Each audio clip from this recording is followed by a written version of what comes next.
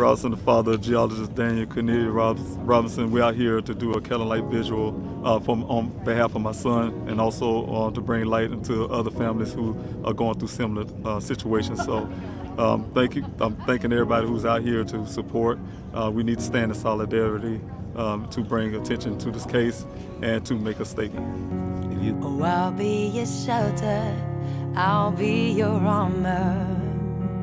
I hear you whisper underneath your breath. I hear your SOS, your SOS.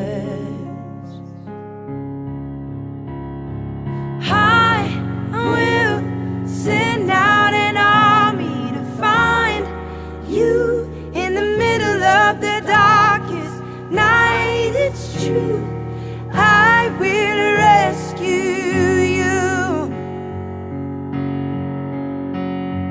I will never stop marching to reach you in the middle of the hardest fight. It's true, I will rescue you.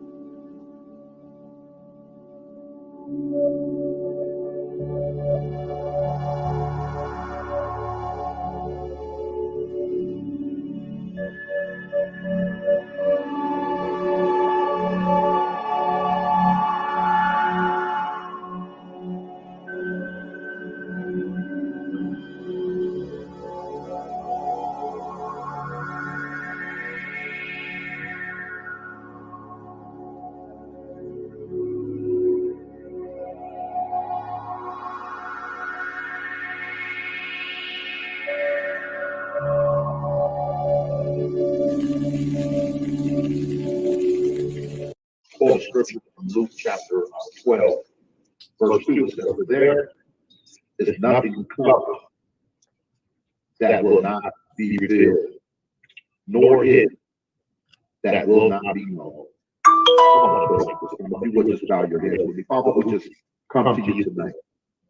We thank you that nothing is covered that will not be revealed, but we're still believing for Daniel's safe return home. So, Father, we just come to you tonight. We thank you that you said in Isaiah 59:1 that your ear is not heavy, that you cannot hear, nor is your hand short, that you can't save. Lord, we just hear us on tonight, God. We're standing that this case will be solved. And Lord, we stand in faith tonight. We trust you even in this situation, God. You said in your word to trust in the Lord with all our heart and lean not on our own understanding, but acknowledge you in all your ways, and that you would direct our path. We come tonight acknowledging you, standing in faith, and we're trusting you even with Daniel's safe return. And Father, I just pray for his parents. I pray for his family and friends. You said in Isaiah 26:3 that you would give us perfect peace, whose mind is stayed on you. I thank you that even in this time of uncertainty, that this family will keep their mind on you, God. That you even said in Philippians 4:7 that you would give us peace that surpasses all understanding. Ask that you give us peace during this time, oh God.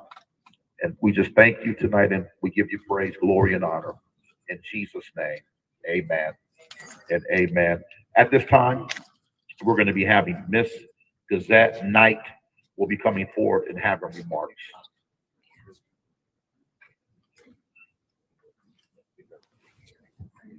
Thank you, Pastor, for that beautiful prayer. And thank you all for being here. Usually when I give a speech, I like to start with a quote, right? But however, since we're here at Daniel's vigil, I think it would be most fitting to show some appreciation, some gratitude, and some thankfulness, right? So with that being said, I want to thank the Phoenix Local Organizing Committee, Black Mothers Forum, the West Valley NAACP, the Black Panthers, because when David asked for support and love from his people, these organizations showed up and showed up and showed up some more. Also, I want to personally extend a thank you to all of you that answered David's call to show up and be present at Daniel's vigil tonight. And my prayer is that you will continue to show up, and yes, even show up some more. Because our brother David is fighting an uphill battle, if you don't know. And he's fighting a battle with a system that has been in place for centuries. Not 100 years, not 200 years, not even 300 years, for centuries. And I know this because the playbook hasn't changed, just the people, right? Daniel isn't the first young brother that went missing without a trace. In fact, in 1960, I'm getting ready to give you some history, right? In 1964, civil rights workers went missing in Mississippi, right? The sheriff's department said the boys were just hiding, or better yet, they were creating bad publicity for the state of Mississippi. Some of the officers even went further and said those boys went to Cuba. And likewise, with David's son, Daniel, who we're here today to honor, they told him that he ran off to a monastery. Same book, different people. Jelani Day, whose body was found in an alleged sundown town, his belongings, his clothes, his wallet was found miles away from his body. Authorities said that this avid swimmer drowned, but they don't know how. His body was naked. In relation, Daniel's belongings were found in his car. And according to the Buckeye PD, after his car tumbled over and over and over some more, he miraculously got out the car, stripped naked, and walked into the desert. Again, same playbook, different people. And let's not forget Emmett Till and how they tried to destroy his character. And similarly, they tried to destroy Daniel's. But we won't let them, right? No. We won't let them. We're going to tell the truth and the whole truth about our young brother's character, how he's a joyful, family-oriented, music-loving, human rights-driven geologist. He loves science and he loves his family. We have to honor Daniel. We have to tell the narrative truthfully and bravely. We can't allow the system to execute another play from that book, to tell us that our children just ran off naked, to diagnose our children with suicidal traits and with depression, even though this system has no credentials or authority or even expertise. We have to show up and show up, and yes, even show up some more. David isn't just fighting this battle for Daniel. He's fighting it for all of our children, because any one of y'all's children could have been missing. You could have been in the Robinson spot right now, asking for people to come out, show support, and be here in this vigil talking about your child. He can't do this alone, and nor should he. Even if you can't make it to the searches, share his post, because he posts a lot. I see his social media, right? He posts a lot. Donate to his cause. Lift him up in prayer and keep faith at the forefront, because faith is the substance of things hoped for, the evidence of things not seen. In closing, I would like to leave you with a quote by Coretta Scott King. The greatness of a community is most accurately measured by the compassionate actions of its members. Thank you. Thank you so much. All right, at this time, we're going to be having Mrs. Janelle Wood.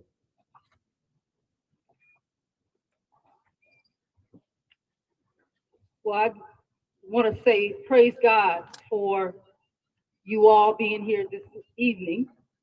I thank God for my beautiful sister who just came before me, Gisette. And I thank God for my dear brother, David Robinson, because I do pray for him all the time, because he has HAS, a black son. I have a black son.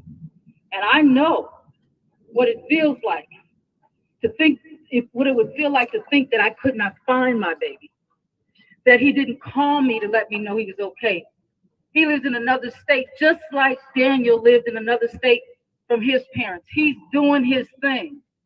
But I can't even imagine the pain that they are feeling because they have not heard from their baby. I don't care how old they get. They're still somebody's baby. And so as I began my stuff, I decided I was going to go to the book of Psalm 139, 14, 16. I think it's appropriate. I praise you, God, because I am fearfully and wonderfully made. Daniel is fearfully and wonderfully made. He was wonderfully made in his mother's womb. Your works are beautiful. I know that full well. My frame, Daniel's frame, was not hidden from you, Lord, when he was made in the secret place, when he was woven together in the depths of the earth. God's eyes saw his unformed body, and all the days for Daniel were written already in the book before one of them came to be. This young man, his life means something. It means something. I'm not going to say meant, it means something. Daniel has brought all of us here together today. So his life means something. It's been 8 months since anyone has seen or heard from Daniel Robinson. Where is Daniel Robinson? I keep asking that question. This ongoing silence over the whereabouts of Daniel Robinson is deafening, and it continues to expose law enforcement's either unwillingness or incapacity to continue and to complete a full-on investigation to locate this man's baby. Is it because they believe the trail has just gone cold and no one really cares at this point? Maybe that's what it is. Doesn't mean it's already been 8 months. Surely they've all forgotten. Is it because Daniel does not look like one of them, one of their own, and therefore his life is of little value or importance to them? Maybe that's it.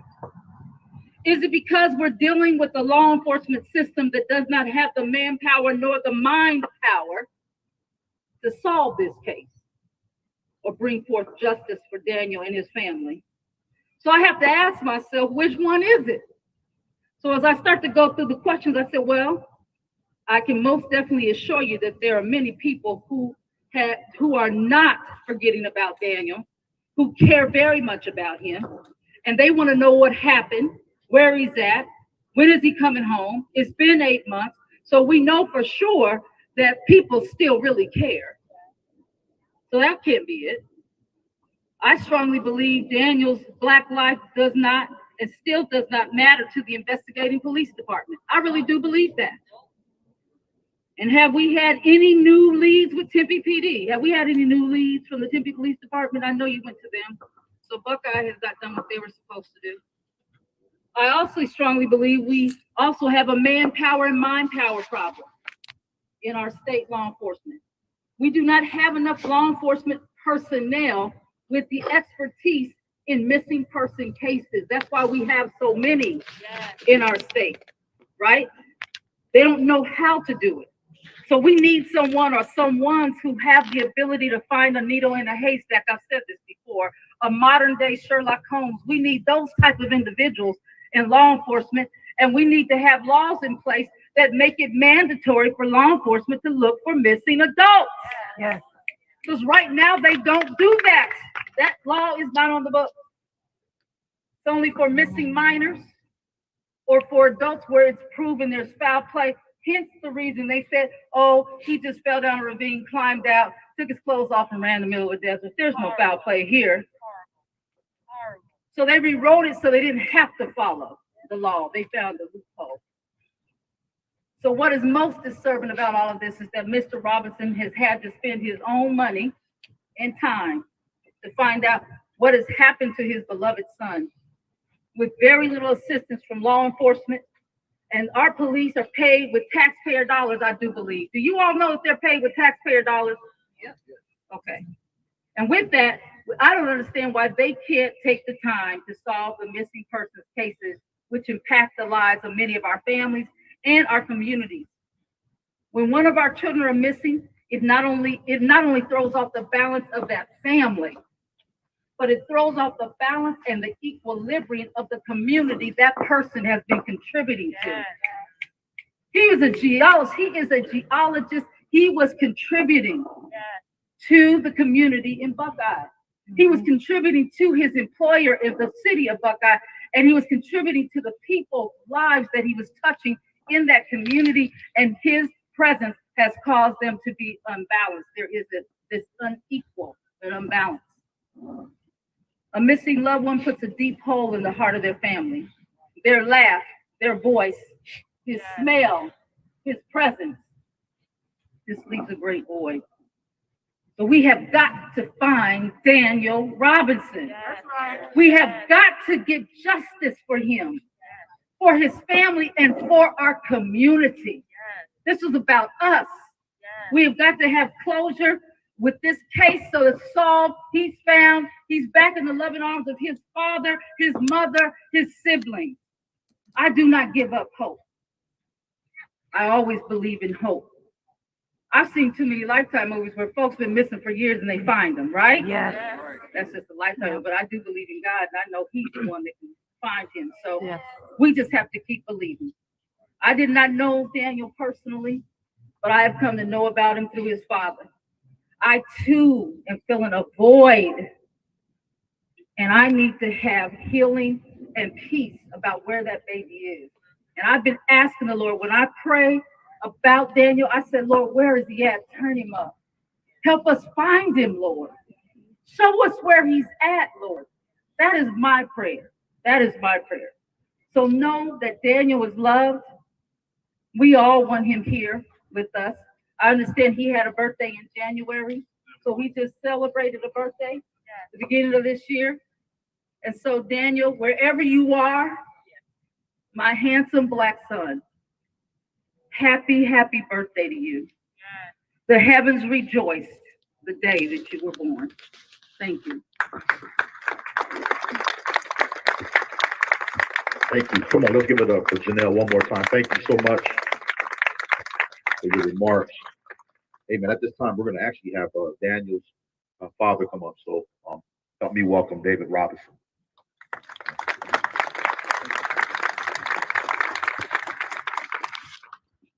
Hello, everybody. Hello. First, I want to thank everybody for coming out here for this candlelight visual. It means a whole lot to me. As you know, my son's been gone missing since for 8 months now. And when I see your faces, the support, the love, that keep me going. You know, it's hard when you have this happen to you and your family. One day you're retired, next day you're out driving on that road looking for your son. And it's very hard, especially when you come to a state that you don't know about, don't know anyone who you can turn to.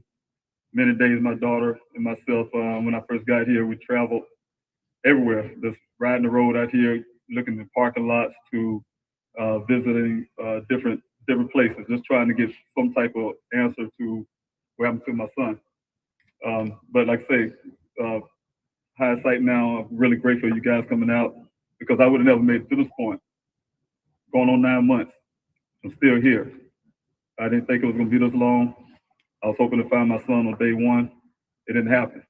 But I want to tell you a little bit about my son, Daniel Cornelius Robinson. He was born on January the 14th, 1997. And he is the youngest of 4 in my first marriage. And he has twin sisters and an older brother. And one of them is here this evening, but I'm not gonna call over here. But I'm grateful to have her out here also. So we do have family. He has siblings and his mother in the background. So you guys need to know that also. But Daniel, when he was growing up, one thing about him really clearly stood out was that he was born with one hand.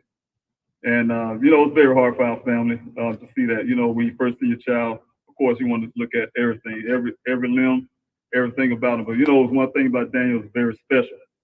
One of as he was growing up, the first thing he asked when he started being aware of himself, he asked his mother, "Where's my other hand?" His mother told him to say, "God has it, and one day he's going to return it back to you."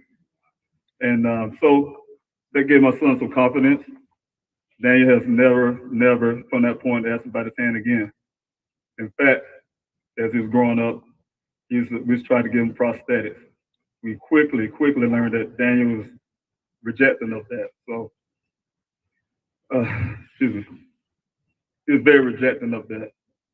He wanted to be himself. Daniel showed me that he can do anything he put his mind to. He often challenges his siblings. They would tell you that, anything, whether it's academically, playing video games, whatever it is, he's always there to challenge and push himself to higher standards. Daniel played basketball. He should know how to play the trumpet, the French horn, taught himself this incredible things. Every time you look around in his school, he has some type of award, growing up. Challenges his siblings, all of them doing very well. He's taking the end and trying to outdo. He got in college, like I said, his freshman year in college, he decided to be a geologist. He loved the class. He changed his major. That's what he wanted to do. He graduated with honors. While he was in school, he was very friendly. Everybody knew that at College of Charleston, down in Charleston, South Carolina, no matter where he goes, my daughter always expresses it all the time. Everybody knows Dan. Very friendly guy. Got together with a lot of friends, started a fraternity. Let's say travels and does a lot. He had high dreams, high hopes. And like I said, everything he said he wanted to do, he did it. Graduated with honors. He said he wanted to leave the state of South Carolina and start his life. He did that. Came out here to Arizona, found Arizona to be his home. He loved it out here. Just loved the rock formation. He tried to convince me to live here. Go out hiking with his sister. just do a lot. He really enjoyed this place. He's doing what he loves out at that well site.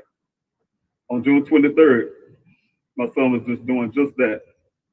He went out to a first well site, went out to a second well site. But I do want to tell you, he always was on time for his job. In fact, before he got the vehicle that you guys know of, the Jeep Cherokee, he had another vehicle. He had to fix that thing almost every day just to get to work. But to make sure he did that, he's very responsible. Very responsible young man living on his own. He got that vehicle, that Jeep. He's very proud of it. My family and I, we decided to come see him here in January last year to see that Jeep. He wanted me to be a part of that. He's very excited. His sister here in Arizona, one in California is coming down. We're all getting together in July to see a Jeep and have, enjoy our time here. But as you know, it didn't work out that way for us. I found myself out here in June the 26th, searching for my son. Very hard moment when you have to do that. When you realize that the people that you think is serve and protect, and it's not there for you. When I got that first indication that they weren't going to be there for me and my family, to go look for my son out there, I had to act. So that's what fathers do, and that's what I decided to do. Because this is my young man. He's my young man that I'm very proud of. Like I said, I'm proud of him. I miss him. I miss him every day. I miss our 2-hour conversations. I miss everything about my son. So I just want to tell you guys, it was very hard when I got here. Also, I just want you guys to know that once I got here, like I said, it was very difficult. Trying to get media attention, trying to get the police department to act on my behalf. It's very, very lonely time. Even though I had my daughter on my side, Gwen, it was a very lonely time. Like I said, in the state that you don't know, and people that seem like they weren't really there to help. But the only good light that came out of this whole thing was people like yourself that come out to this candlelight visual, people that came out to support by donating, spending your time out there in the desert with me when I started my searches out there, when I started my city search, passing out flyers. Every time you guys do that, it gives me hope.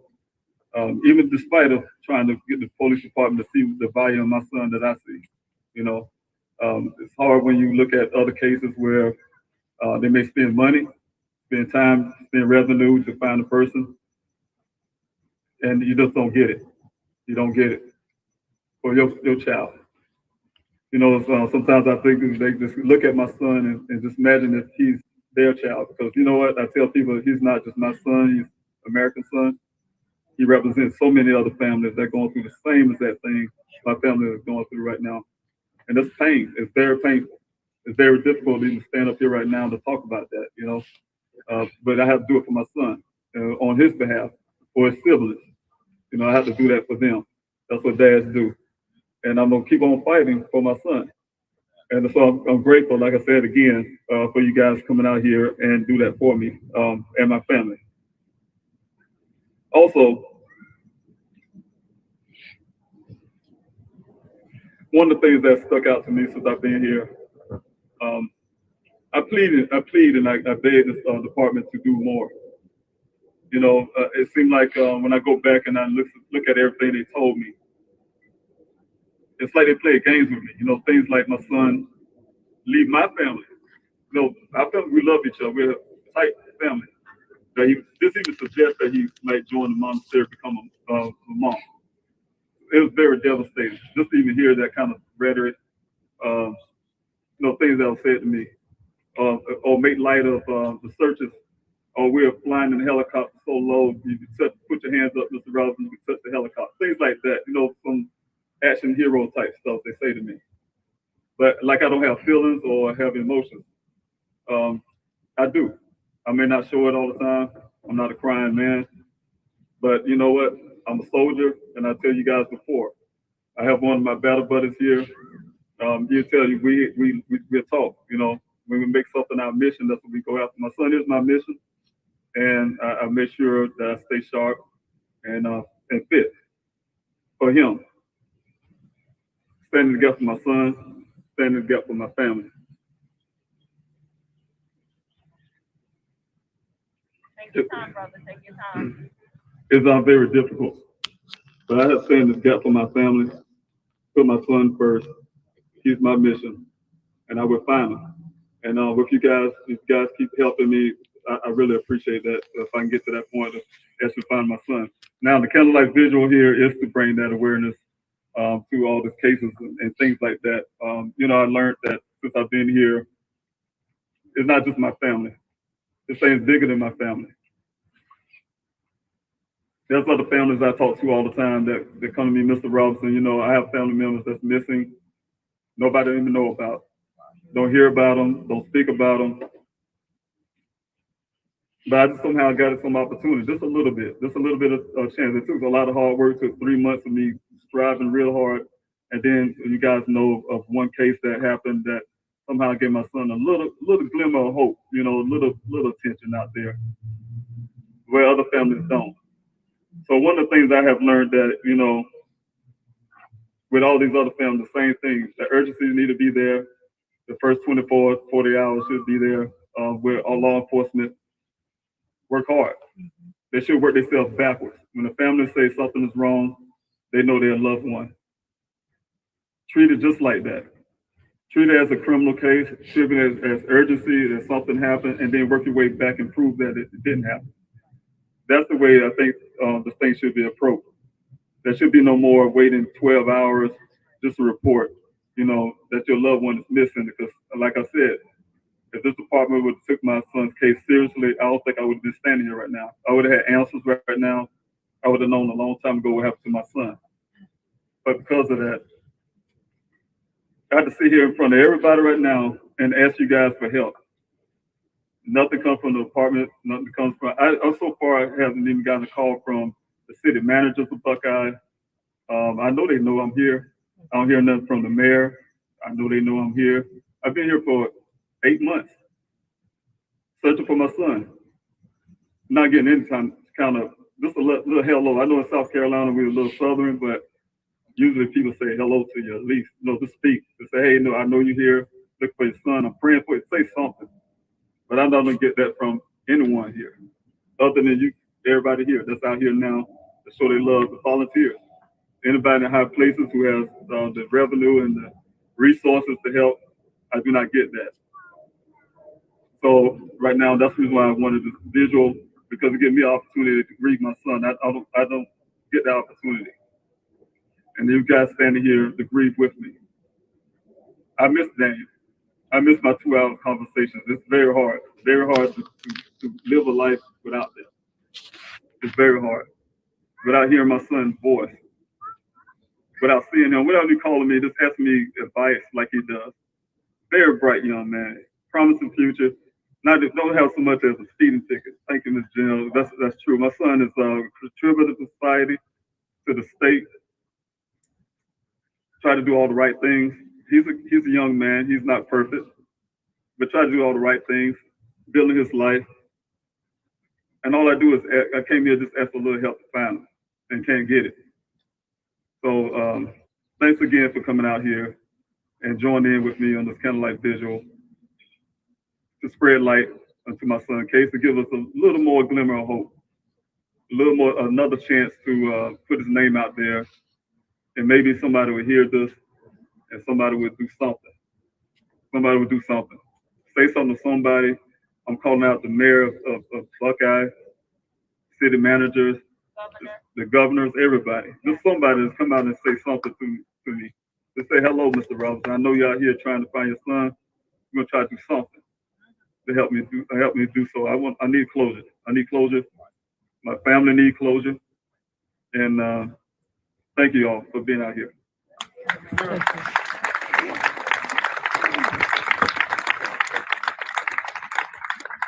Come on, one more time. Come on, give it up for David Robinson. Man. Wow, so much was said. And I'll give it up one more time for Gazette Knight. Did a wonderful job, of course. And Mrs. Janelle Wood. Come on, give it up for her as well. My goodness. Unfortunately, we live in a day and time where still Black men are stereotyped. And that's why I appreciate Mr. David Robinson coming forward me being a pastor here in Arizona, I teach on Father's Day a lot. And one of the things that I talk about is that we have too many Sam fathers. In other words, the word Sam means that are silent, absent, and missing. And for me to stand here, I'm a father of 5 adult children and 4 grandchildren now. Been married almost 30 years. And, I'm one of those ones that did not abandon my family. And I appreciate David Robinson not abandoning his family. And to stand before us on tonight shows the tenacity, the mental toughness to get up here, not heard from his son in almost 9 months, to be able to get up here and verbally communicate that and everything else he communicated. I didn't realize that there was such a flaw in our system until tonight. And so I'm believing that there's going to be a shift that will take place and that Daniel's life will be able to blaze a trail when it comes to missing persons, and especially when it comes to adults, that the process will be a lot easier and not having to wait 12 hours and not dumbing down certain situations and whatnot. And so and then just hearing about his life on tonight, that he's a college graduate, what a huge accomplishment, which is a sign that he finished what he started. A lot of people don't do that. And so let's just give it up for that, for Daniel, that a college graduate. Amen. And we're believing God tonight that his life is not over. We're believing that was not the end of this chapter, that we're still believing that there are more chapters to come.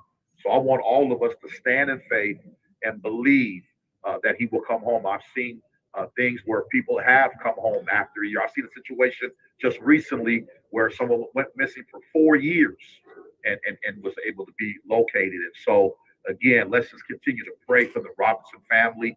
Let's continue to, of course, specifically be praying for David Robinson, as he continues to look for his son, as he continues to get help from the authorities. And let's all do our part as well. And we're going to, again, continue to stand and believe for his safe return. If you would bow your heads one more time in a moment of prayer. Father, we just come to you again tonight.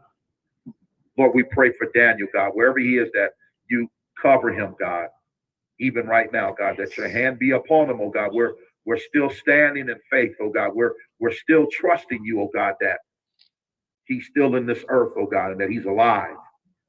And Lord, I thank you again for all those that have spoken on tonight, especially his father, Lord. I ask that you wrap your arms around him, God, that you give him peace that surpasses all understanding, God, his mother, God, and his siblings and his extended family, that you would wrap your arms around that family, Lord, to give them comfort during this time in this season of their life. Now, again, we thank you for this. Those that have come out tonight, that have literally taken time out of their schedule, God, and come out to be a part of this visual, this candlelight visual. Lord, I thank you for each and every one. I even pray traveling mercies over them as they leave here on tonight. Now, again, we thank you in Jesus' name. Amen and amen. At this time, as we close, we're going to be having music by Berton Newbill. And at this time, you can start lighting the candles. God bless you.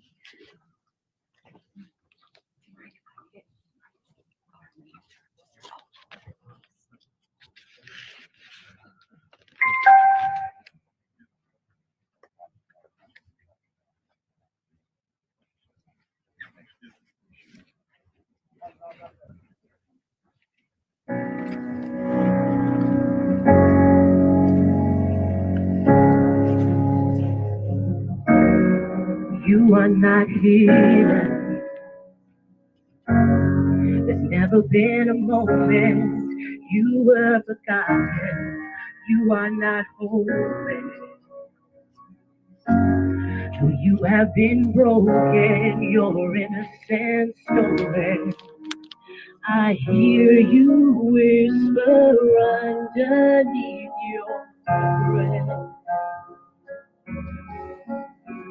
I hear your SOS, your SOS. I will send out an army to find you in the middle of the darkest night. It's true.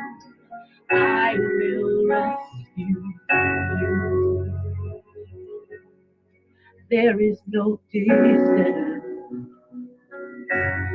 that cannot be covered over and over. You're not defenseless. I'll be your shelter. I'll be your armor. I hear your whisper underneath your breath. I hear your SOS, your SOS. I will send out an army to find you in the middle of the darkest night. It's true, I will rescue you. I will never stop marching to reach you in the middle of the hardest fight. It's true, I will rescue you. I hear your whisper underneath your breath. I hear you whisper you have nothing left. I will send out an army to find you in the middle of the darkest night. It's true, I will rescue you. And I will never stop marching to reach you in the middle of the hardest fight. It's true, I will rescue you.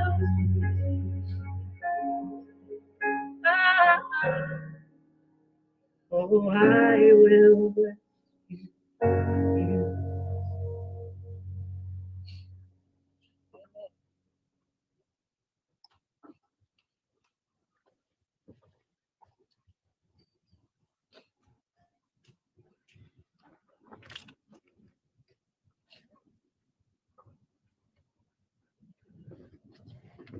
Come on, let's give it up for that awesome song. Come on now.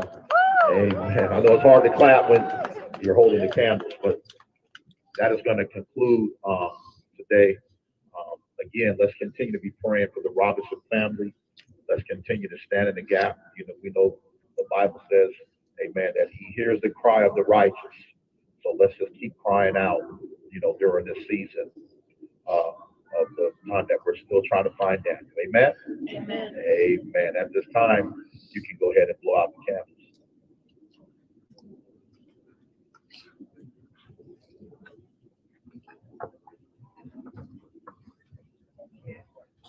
Safe travels.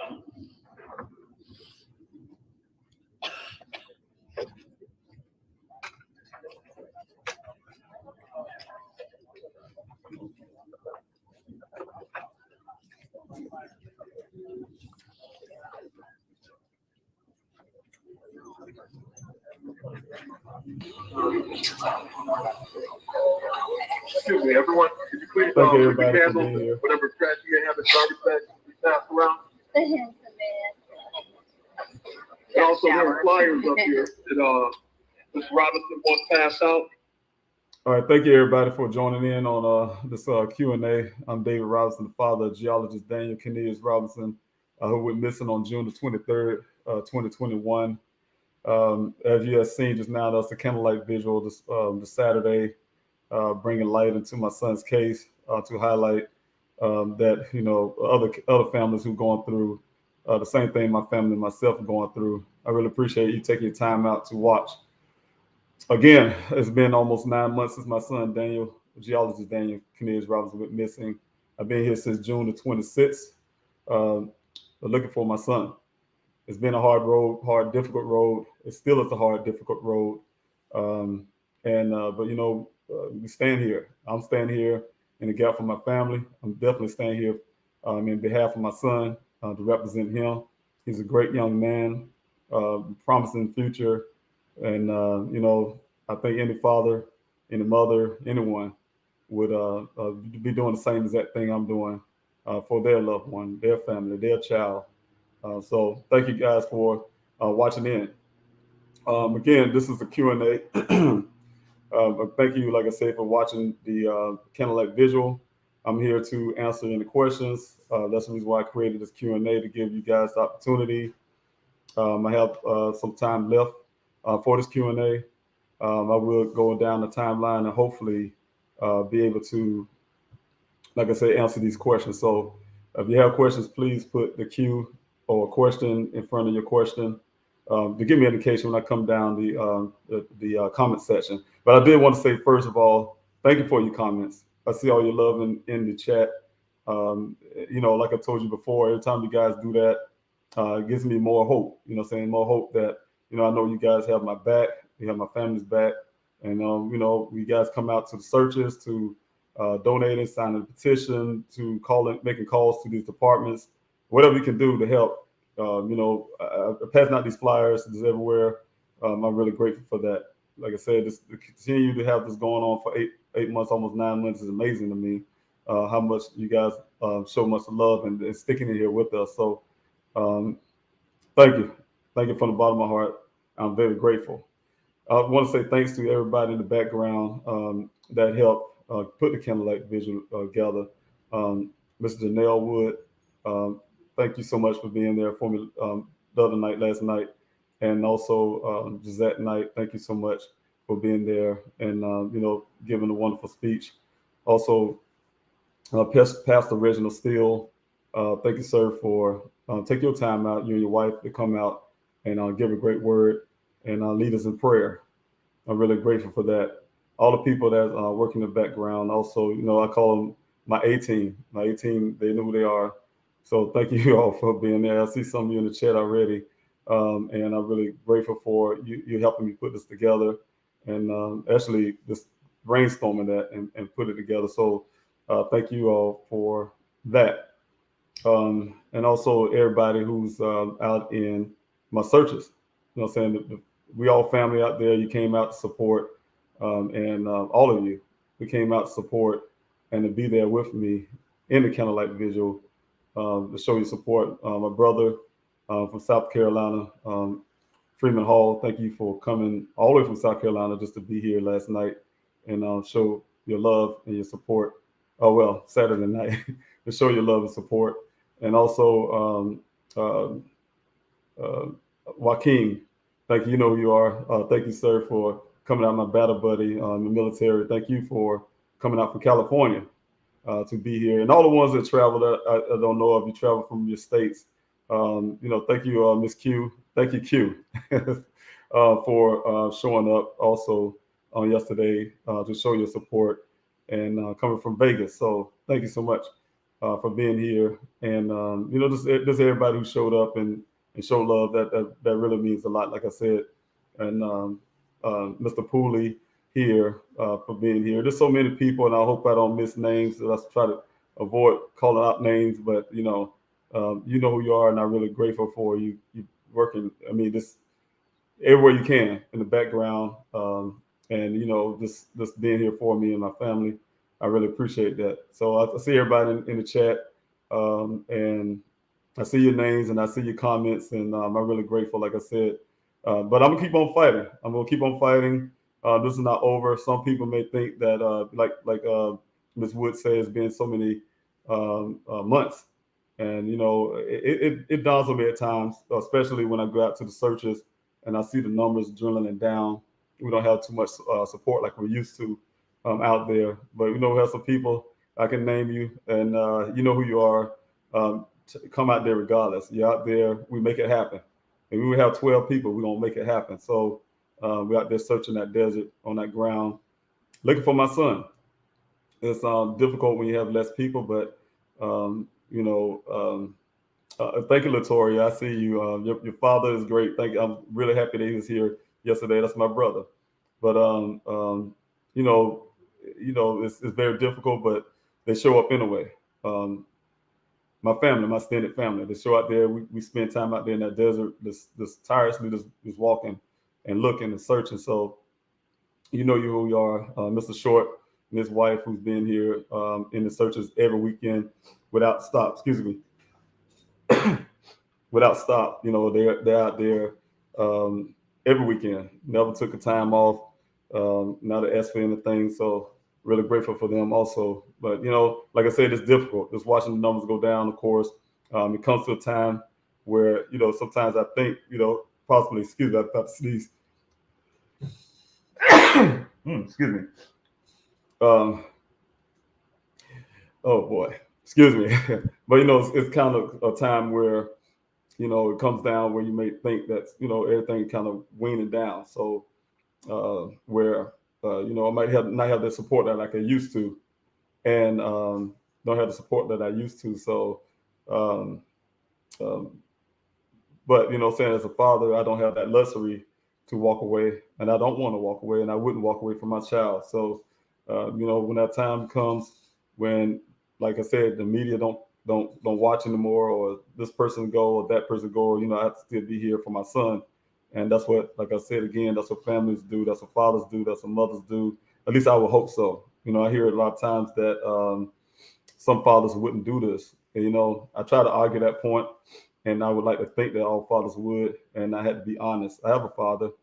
He's had so much as even, you know, call about his grandchild. So, you know, I think that, um, you know, there are fathers out there that wouldn't be out here. And it's sad to even think that, but, you know, it's possible. It's possible, and it's sad, and it hurts to even imagine. I know I couldn't imagine that in my brain somehow that I wouldn't be here for Daniel.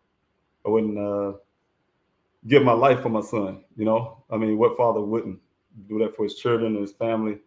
I mean, I just can't imagine it in my head. But you know, I have to take that reality also that there are people out there that's like that. There may be even mothers out there like that. It wouldn't take the time out to be there in the gap and do whatever it takes to be there in the gap for their child. So, you know, it's hard to believe that. I mean, well, you know, like I say, we have examples of that, and but it's still in my head somehow too kind of hard to believe that a person would actually can feel that way, especially about their own. Um, you know, so anyway, thank you guys for coming in the chat. I'm trying to go down to the chat and see if y'all have any questions. If you have any questions, please, like I said, put the word question first or a Q. That way I can see your comments. And I'm going to start at the bottom. I apologize if you start now. That'll help because I see a lot of comments and that'll be difficult for me to go at the beginning and try to scan coming down. I would like to go and tell you, each one of you, thank you for being here by name, like I do every morning. I kind of got behind on the chat simply because I was, you know, letting you guys see the candlelight visual.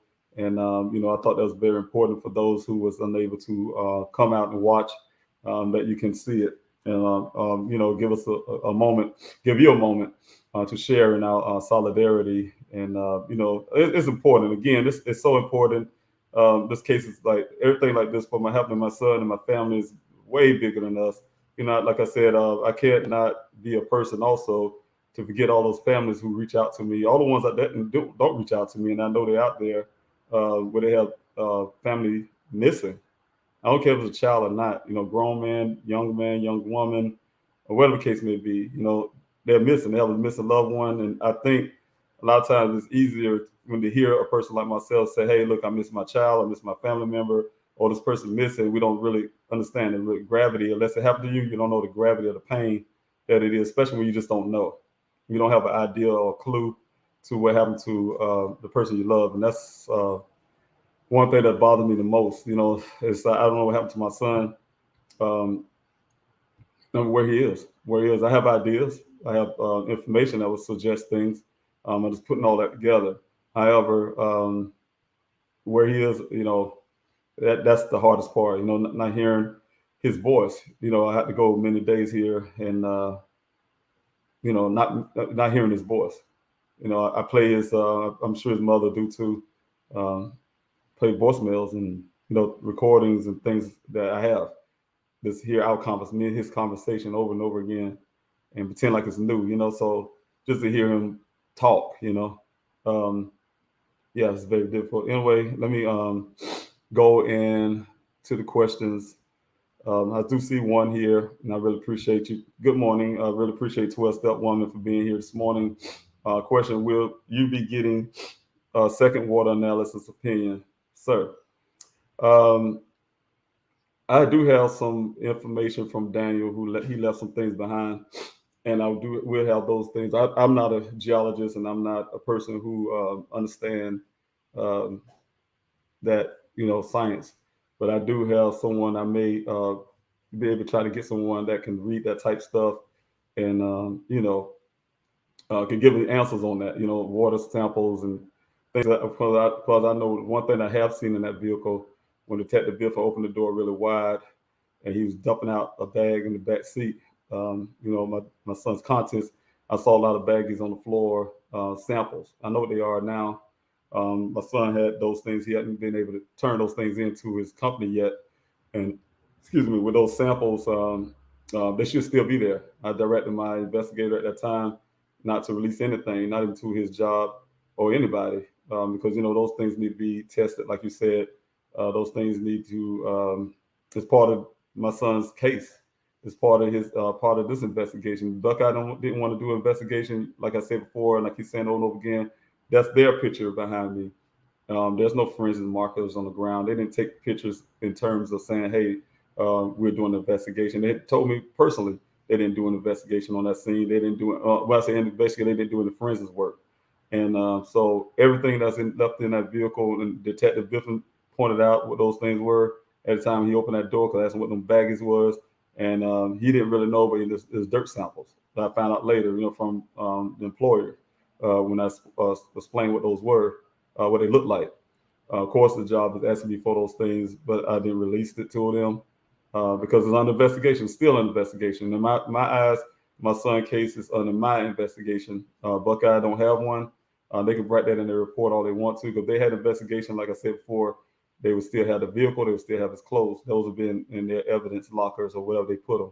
And but I have them in mine. So, but it's on investigation, and those things will not be released until I get them checked. So yeah, my son did leave some notes. He did leave pictures and things like that. So for reasons, and I will have those analyzed. So thank you for your questions, 12-Step Woman.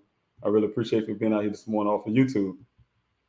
Again, my name is Dave Robinson, the father of Geologist Daniel Robinson. For those who just tuning in, this is your first time hearing about this case, or if you know about this case, this is a time where we're doing a Q&A for everyone who have questions. We can, if you have questions, you can ask those, and I'll try to give you the answers the best way I can. Those on the facts, saying, and those also questions that you have that may impede on my investigation. I'll tell you, let you know if it's something I can answer, things like that. If I just don't know answer, I'll also tell you that too. So thank you so much for your questions. I have one from Mr. John Q.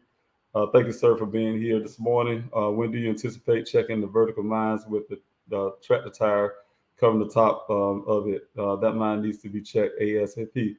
Yes, and that's what we're doing at ASAP when I can. I have a company that's working with me on that. We're still working that off in the background. I don't have a specific time for you, but I can tell you that it's going to be searched. So those are important. We thought that that mine was actually a well. Turns out it's a mine. Once you take things off and you can see what it really is. At the time, like I said, I thought it was, if so, the tire was covering it up. It appeared to be a well. We have another one, and I'm gonna tell you the funny part about that. How this department try to play games. You guys have seen on Twitter sometime back last year, where that department said, "Hey, we did the search," and they had pictures they put on Twitter with them digging down in this wood structure, and like they're taking a camera down in there, right? And I can tell you about that well. First of all, that well we thought was a well at the time. They even said it was a well. That lets you know they didn't open it up and look. They even call it the well themselves. But they did the photo op. I call it a photo op because it really was a photo op. Just to get you guys to believe that they're actually looking for my son. And that's my opinion. And the thing is, that well, what we thought was a well at the time, is literally located only a few thousand feet away from where my son's vehicle right here, this scene. Now you got to say it in your mind. In their report, they say, "Oh, we did this on this day. We did search this well on such a date." Now this is probably like in October. My son was missing in June, right? The vehicle was found on July the 19th. That's when they say they did extensive search. They used cadaver dogs to foot search of everything for miles out, right? And you got to ask yourself a question: why are you checking a mine well that's only a few thousand feet away from this scene, and you say you already did it already? Why you say you're doing it now? It's a photo op. And the crazy part about that, I started my searches well before the vehicle showed up. And when the vehicle did show up, I searched that area, and I searched that same what I thought was a mine was a well too. Also, we couldn't get the wood off. I'm not an expert, but we tried to take camera lighting down there to look down there. We saw water, but we didn't realize how deep it really is. You know, we always had plans to get that wood off some type of way and search that well that we thought was well, but it was sitting there so long we assumed that nobody touched it, nobody put nothing in it. So we kind of been doing searches until we can actually get to that well. But like I said, they did a photo op months out there. And this is the same area, like I said, on a few thousand feet from this crash site that they did that photo op to say, hey, we are searching this well, I guess to make you guys feel like they're doing something for me and my family. That's things like this that make me angry when I see them doing that, and they think I'm stupid. I know that desert area like the back of my hands now, and I knew exactly where they were. I knew they exactly searched the same one we're searching, and they called it searching, but I realized they didn't search at all because they put a pipe camera or whatever they're doing, sticking down in there. And it is no pipe camera in the world that can go that deep down into that mine, what I know is a mine now. And so that is a photo op, just like they did when they came out, and I asked them to come out there and search.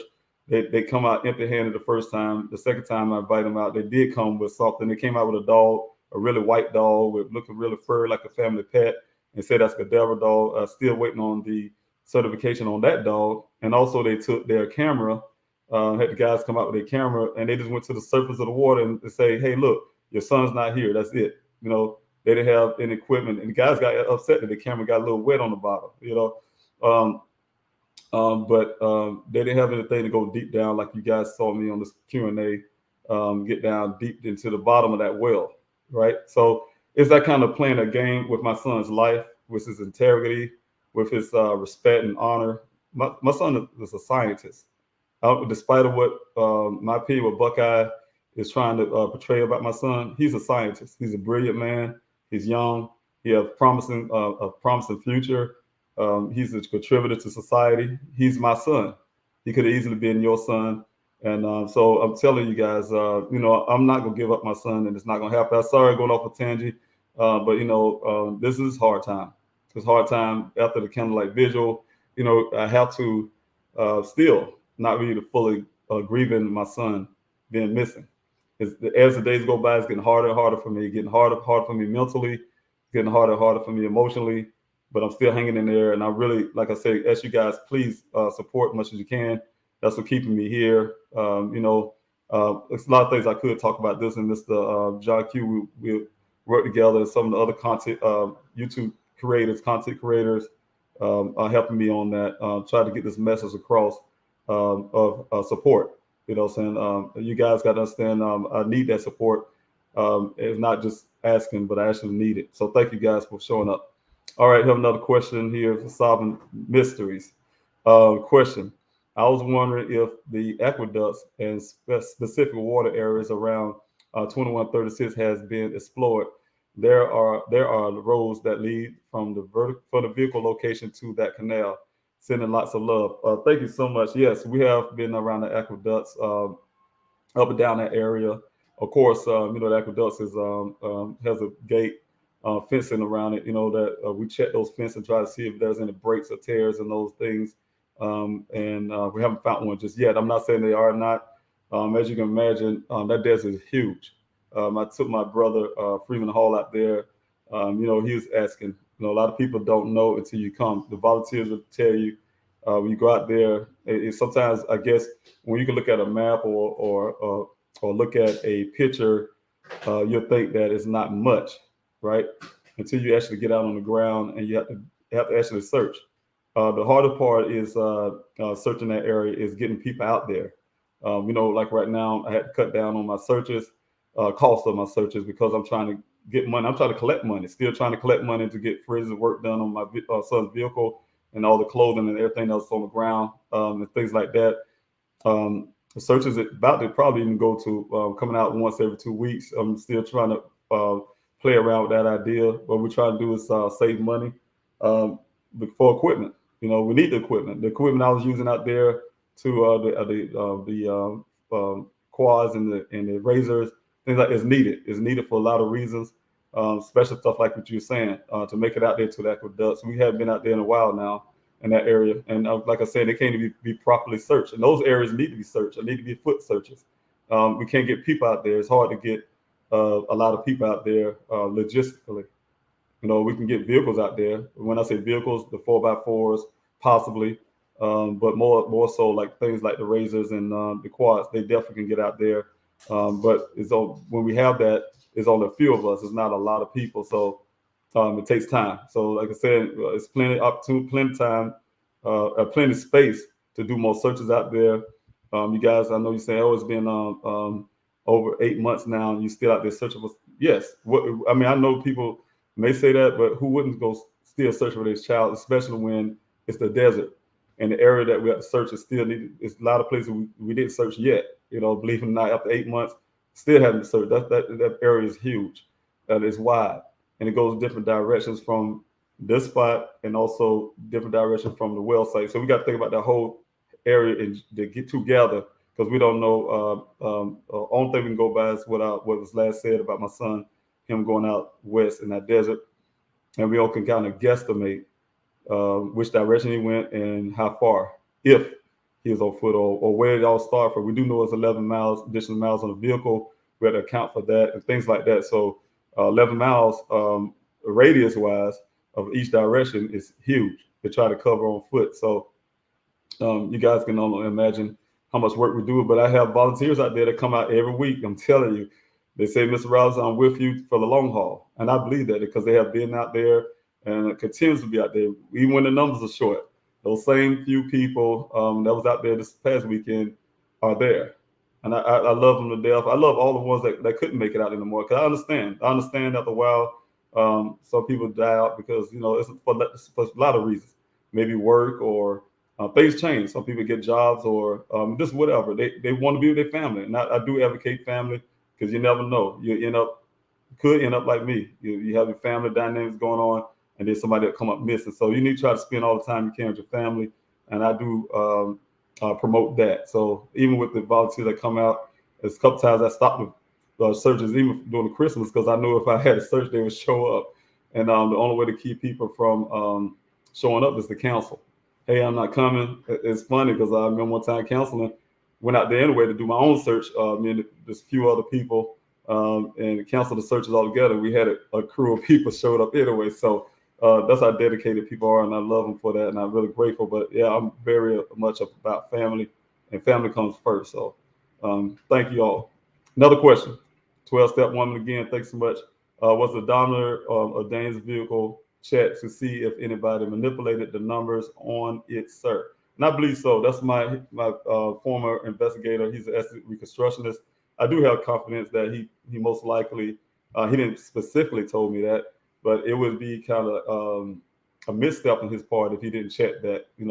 That vehicle was taken apart, the infotainment system, and was sent to California and checked by experts. That was a big report. I think it was like 700, 800, 900 page report that would cover all of that, which you were speaking of. So yeah, I have very much confidence that was taken care of. So and he said those numbers, should be that way. So he got to find a discrepancy in that the odometer and stuff like that. So that's what had to get those mileage and things like that. Also had the timing, saying around 1 o'clock that day. So thank you so much. I really appreciate it. Thank you, ma'am. I appreciate it for your question. Thank you for being here for YouTube. All right, another question. What kind of mines, sir? How bizarre? Wow.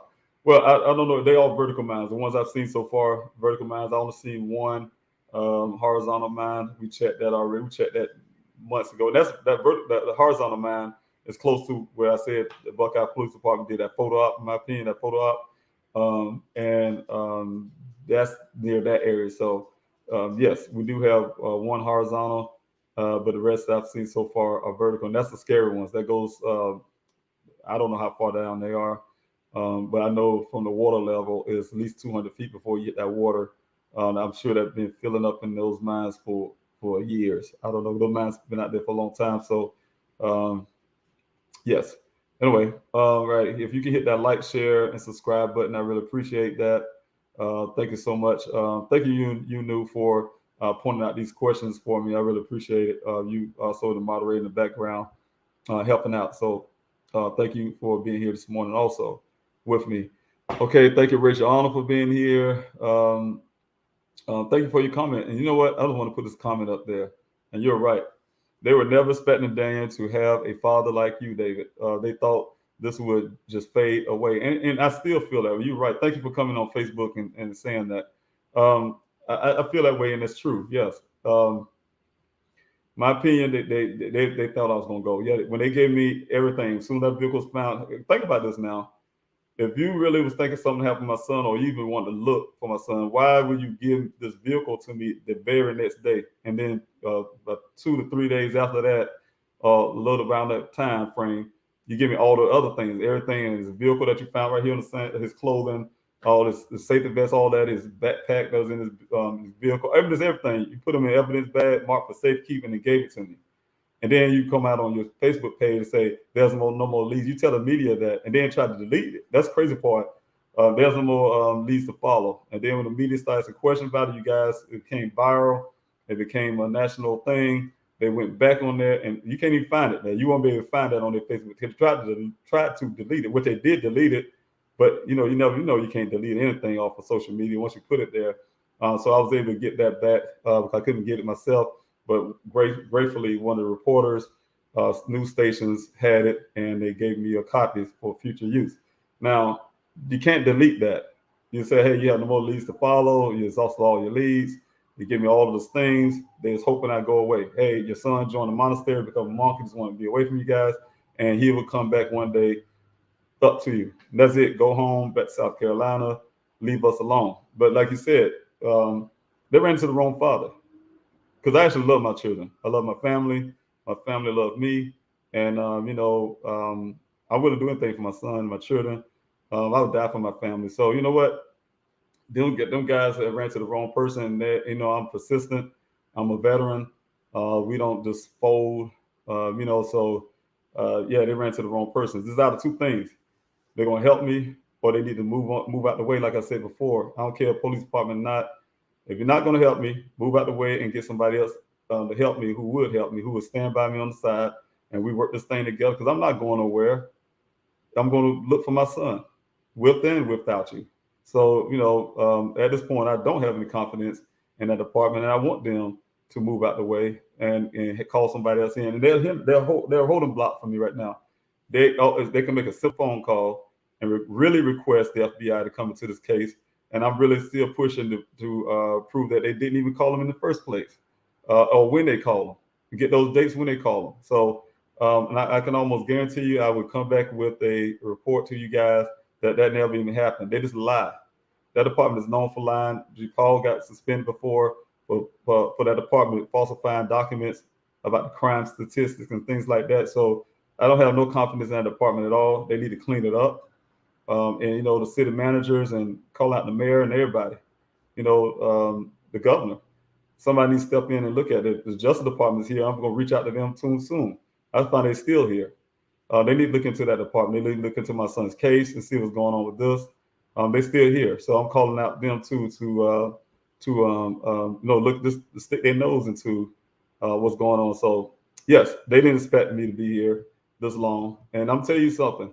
If it wasn't for you all, I wouldn't be here this long. And I'm really grateful. Like I said, I say like this, I would have been here this long, but it wouldn't have been as effective, I'm sure, with me being able to have these banners, to keeping the word out, having this channel going, I was going to be here regardless. This is my son. It's not motivated by you guys also helping. You guys, your mind, you help my mind and my mental strength. But, you know, as a father, I was going to be here regardless. If that partner was doing right, I was going to be here. I'm not a parent that would have been in South Carolina and say, hey, we out here. And they really were out there looking for my son. And I was still going to be at home in South Carolina, just folding my hands, waiting on them to do some work. No, I'm a hands-on person, and we had to do it together.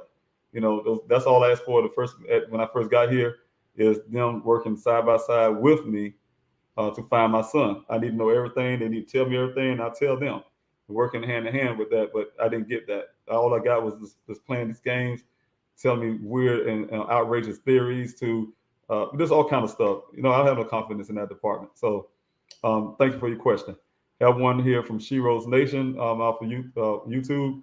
Do you think it's possible to put a list of items needed, i.e., example, type of drones, cameras, etc., just in case someone or company who owns one might? You know, that's a great idea. I do have my team, my A team, suggested some of those same things. Yes, what I would do is, speaking of, if my A team is here now, and I know you are watching this Q&A, just remind me what Shiro's Nation was putting out there, what we talked about before. Please remind me to add that to the website. That's the ideal I would like to have on one of those pages. You know, ways you can help also, and that's a good example of things we need out there in the desert. You know, I try to reach out to nonprofit organizations like you guys say, EquiSearch and all that. I've been there, done that with those, and you know, people who actually have those equipment that can come out and help us. But yeah, it's better, I think, a lot of times to have your own. And I learned that a long time ago. Sometimes you rely on people, it may not fan through, but it's better when you're able to provide things for yourself. So, you know, like you said, if people want to donate and things like that and help us, it's just not only going to help us. You know, as you know, I'm trying to get a foundation together. We get that up and running. You know, it can help other families also. So in the future. So thank you so much for that question. I appreciate it. All right, from Rachel, we have a question on Facebook.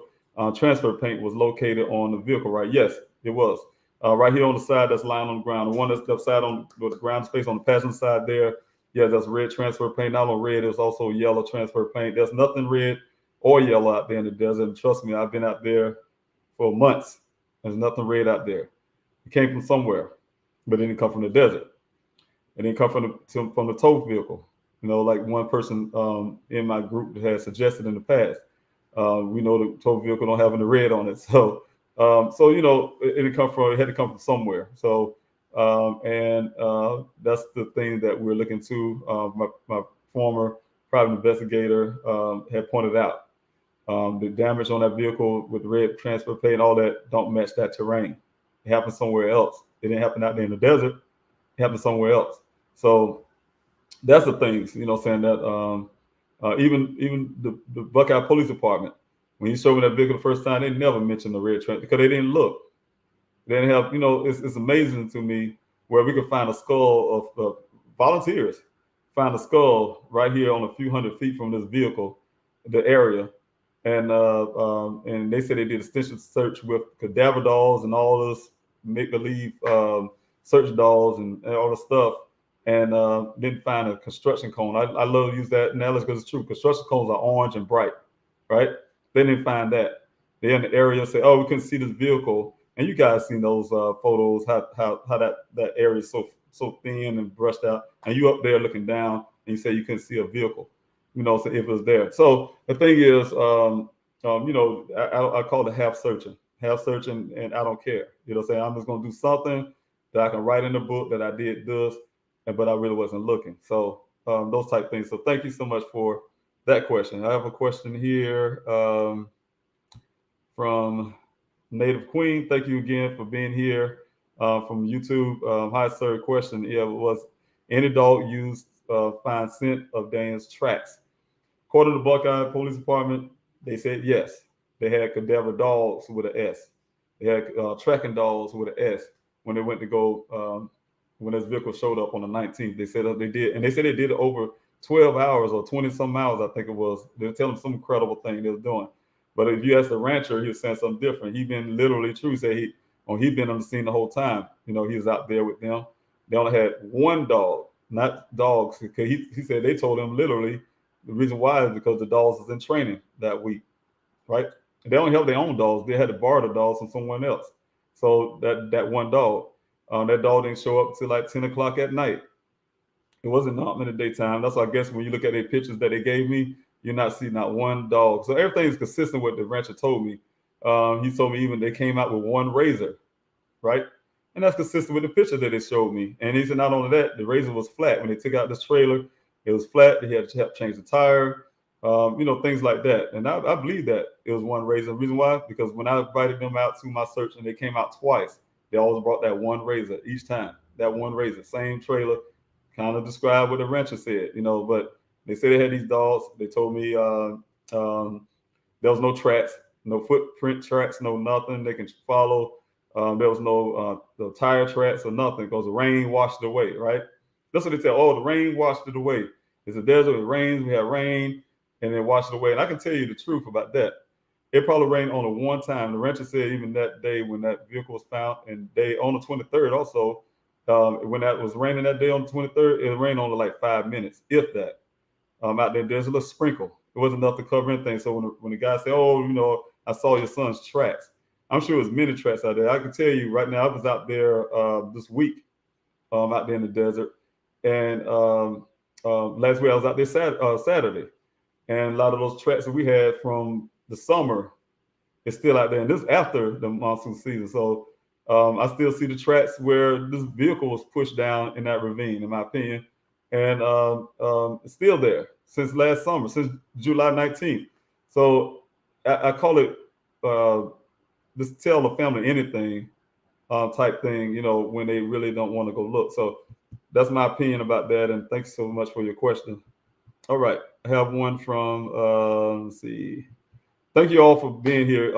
Thank you, Eudora Mama's Garden. Thank you so much for being there. Thank you for attending the Candlelight Vision. I really appreciate you. Yeah, thank you so much. Yes, Gisela. I think you're saying for Gisela or Gisette. I'm not sure. But anyway, thank you so much for being there and watching. And I really appreciate you for all of that. Thank you so much. I really appreciate it. Thank you, Nikki O'Shea, for being here. I really appreciate it. If I don't get everybody, apologize, but I'm looking for any questions. If you have any questions, please put questions first. Okay, I see one you knew. I think that was her question, right? Okay, let's see if I can find it. Okay, you have a question, but if you have a question, please put the word question there first. Q, capital Q, so I can actually see it. I come down. I may miss you, and I apologize if I do. But this is a question, I believe. What can an original mom in Baltimore do to get the FBI on the case? Call, call the Buckeye Police Department. I wish I started putting the number up there. Call them and demand it. Say, hey, look, we need some in this case. We need you guys to ask them to come in. That's what the FBI can get. They have to get a referral from that department, whose jurisdiction it is, to come in. Make those phone calls, just continue to do so. Sign the petition, because I'm using that petition to bolster what I'm doing here with the forensics work and everything else. So if you can do that for me, I really appreciate that. And also, if you want to help in other ways, just please go to pleasehelpfinddaniel.com and go under other ways you can help. There's a tab at the top next to the search tab to help out the volunteer to search. There's another tab you can fill out that form, and that help us people help find out what your skill sets are and things like that, and how you can help in other ways in this whole my whole process of trying to find my son, because there's a lot of moving parts. I need a lot of more people to cover those moving parts, and you guys, you volunteer your help. I mean, it's very important. So thank you so much. Also, let me see, comment. All right. Oh, thank you so much for that comment. I just messaged the interview room and informed CM that I am going to mention his empty promises to keep helping on every YouTube channel. Where's Daniel Robinson? Okay, I think in the interview room, I think I've been on there before. I think that's you talking about being on the show. Yeah, I have been on the show before. It's been a long while. It's been a long round. I really enjoyed being there. They seem very helpful on the show. I think the last time I heard from them, I'm not sure when they haven't asked me back on yet, but that was a really good show to be on. I really think it's really compassionate to help get my son's name out, and I'm really grateful for that. So yes, if you ask a question if I'm ever going to be on a show again, if they ask me, I would. So I haven't heard from them in a long while, so hopefully they can. Thank you so much for that question. Thank you, Sophia. Yeah, thanks, Sophia. Thank you all. You're part of my A team. I really thank you for what you do in the background. Also for help doing everything y'all can for the candlelight visual. Thank you so much. Shauna, Barry, and also thank you for yourself. So Larnell, I definitely don't want to forget Larnell. Thank you all for being there for me. I mean, this amazing people. For our next event, y'all look out for the next event that we have. We're working on in the background. My 18 working on the background and try to make sure we get awareness in this case. And because it's important. My son is important, and he's, like I said, an example that what happens to a lot of families. We don't get the support and the urgency that we need from those departments, and this has got to stop. Like I said before, if they would have instead of listening to co-workers, they want to fixate on about my son's state of mind or whatever they want to say about him. And then lying on me as a father saying, hey, I said that my son's in love with some woman he didn't know, and all this crap they want to put in their report. And they would have went ahead and listened to me and put what I'm saying in the report and put as a theme that this is not like my son. He wouldn't do this. He would tell us where he's going. My son is he's not from Arizona. He's from South Carolina. He's never been in this area before. My son is born with one hand. And, this, whatever. That to me by itself, if they would have put their minds like Daniel's their son, which could have easily been, they would start from day one. And like I said, urgency. The first thing they have to do, police department need to do, and I'm real advocate. I have one. She will help me, and if we can help change these laws, it'd be, hey, look, treat it as urgency, treat it as a criminal act or anything, something, some kind of way to treat it with high urgency. Go find this person first, and then work your way back. You know what I'm saying? So just treat it, hey, I need to find this person at all costs, and we're going to find this person that's missing, and then start working your way back to say, hey, they just went out on their own somewhere. Grown man. They started off, well, we're not going to go out and search for him because he's a grown man. He can disappear if he wants to. How you know he wanted to disappear and because he wanted to? You had some evidence to say that he called you and said, hey, look, I'm going on having my own. And because I'm a grown man, he didn't say that to you. You can just not assume that he's just because he's a grown man, he wanted to just run off on his own and just be away from his family and join a monastery, become a monk, whatever you came up with. And because you just want to put your hand in your pocket and sip and eat donuts all day or something, whatever they do in the department. So, no, I think that it should have been more urgency at the beginning. So, I get angry. At times, and it takes a lot. It takes a lot when I have to talk about this department. And, lack of urgency that they're showing towards my son is very painful. Even after almost 9 months, it's very painful because I have to be here on the ground by myself. When I say by myself, I'm not just talking about, because I know I'm here with you guys, support and volunteer, but I say by myself, meaning that without anybody from law enforcement, anybody with those, because even at the end of the day, when I get this stuff done, who do I have to turn those things into? Law enforcement, I need them to step their game up. I don't care if you're the attorney general to whoever, out there, the mayor, whoever, somebody needs to step their game up. And I'm calling all of them out. They see me. Like I said in the Candlelight Visual, it's impossible after all this months sitting here in Arizona. And I'm also a citizen of Arizona now. And you try to pretend like you don't see me out there with volunteers out there every weekend and just out there in that desert every week. And we out there doing investigations and all kind of stuff in your jurisdiction, and you just ignoring it. Then they come to me to say, hey, Mr. Robinson, I see you out there. This is why, or why we can't do whatever. Can't even do that. This disrespectful. Don't I want to say it the way I really want to, but I'm trying to make sure I don't offend, but don't care. They really don't care.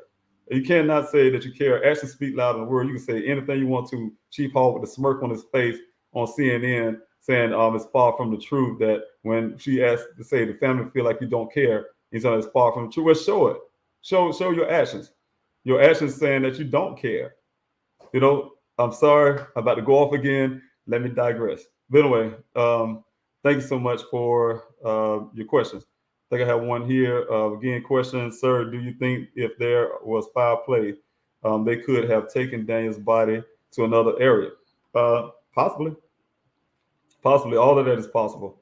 I don't know. And that's the reason why it's crucial that I find out. You know, one thing is looking for my son out there in that desert, and it's hard. I mean, we don't know if he's out there. It's vast. We don't know where to actually look the exact place. So that's why we're doing ground searches every week and searching. As in his body taken up, I don't know, but I do know one thing. All this right here on the ground is evidence.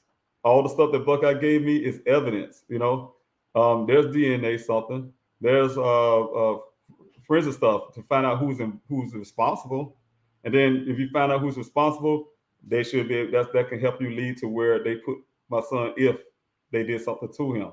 So that's the main key for me is getting this forensic work done. That's why I asked you guys, and I'm really having a hard time. That's why I was walking away from it. But you know, to hit things direct, I need funding. I need funding. You know, I know guys. Everybody look at the GoFundMe, for instance. They see a number. Yeah, that's a number that GoFundMe don't take out the fees that they take out minus that number or minus the money that I use every week to do searches, minus the cost it is to live here, you know, whatever. The minus the cost of getting the flyers to billboards to whatever, everything I'm doing to look for my son, gas money to go out and follow these leads, you know, none of that get taken away off the thing. It kind of fluctuate up and down as I'm using it. It just stays right there. That's what being collected since I asked for the GoFundMe, and it don't change.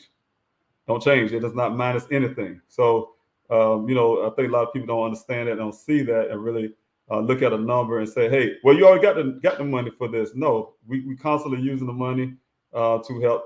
I'm not on vacation. I'm not on vacation. I really don't. My son loved Arizona, and I don't want to say I don't like Arizona because they don't have enough water for me. But you know what? I'm here for my son.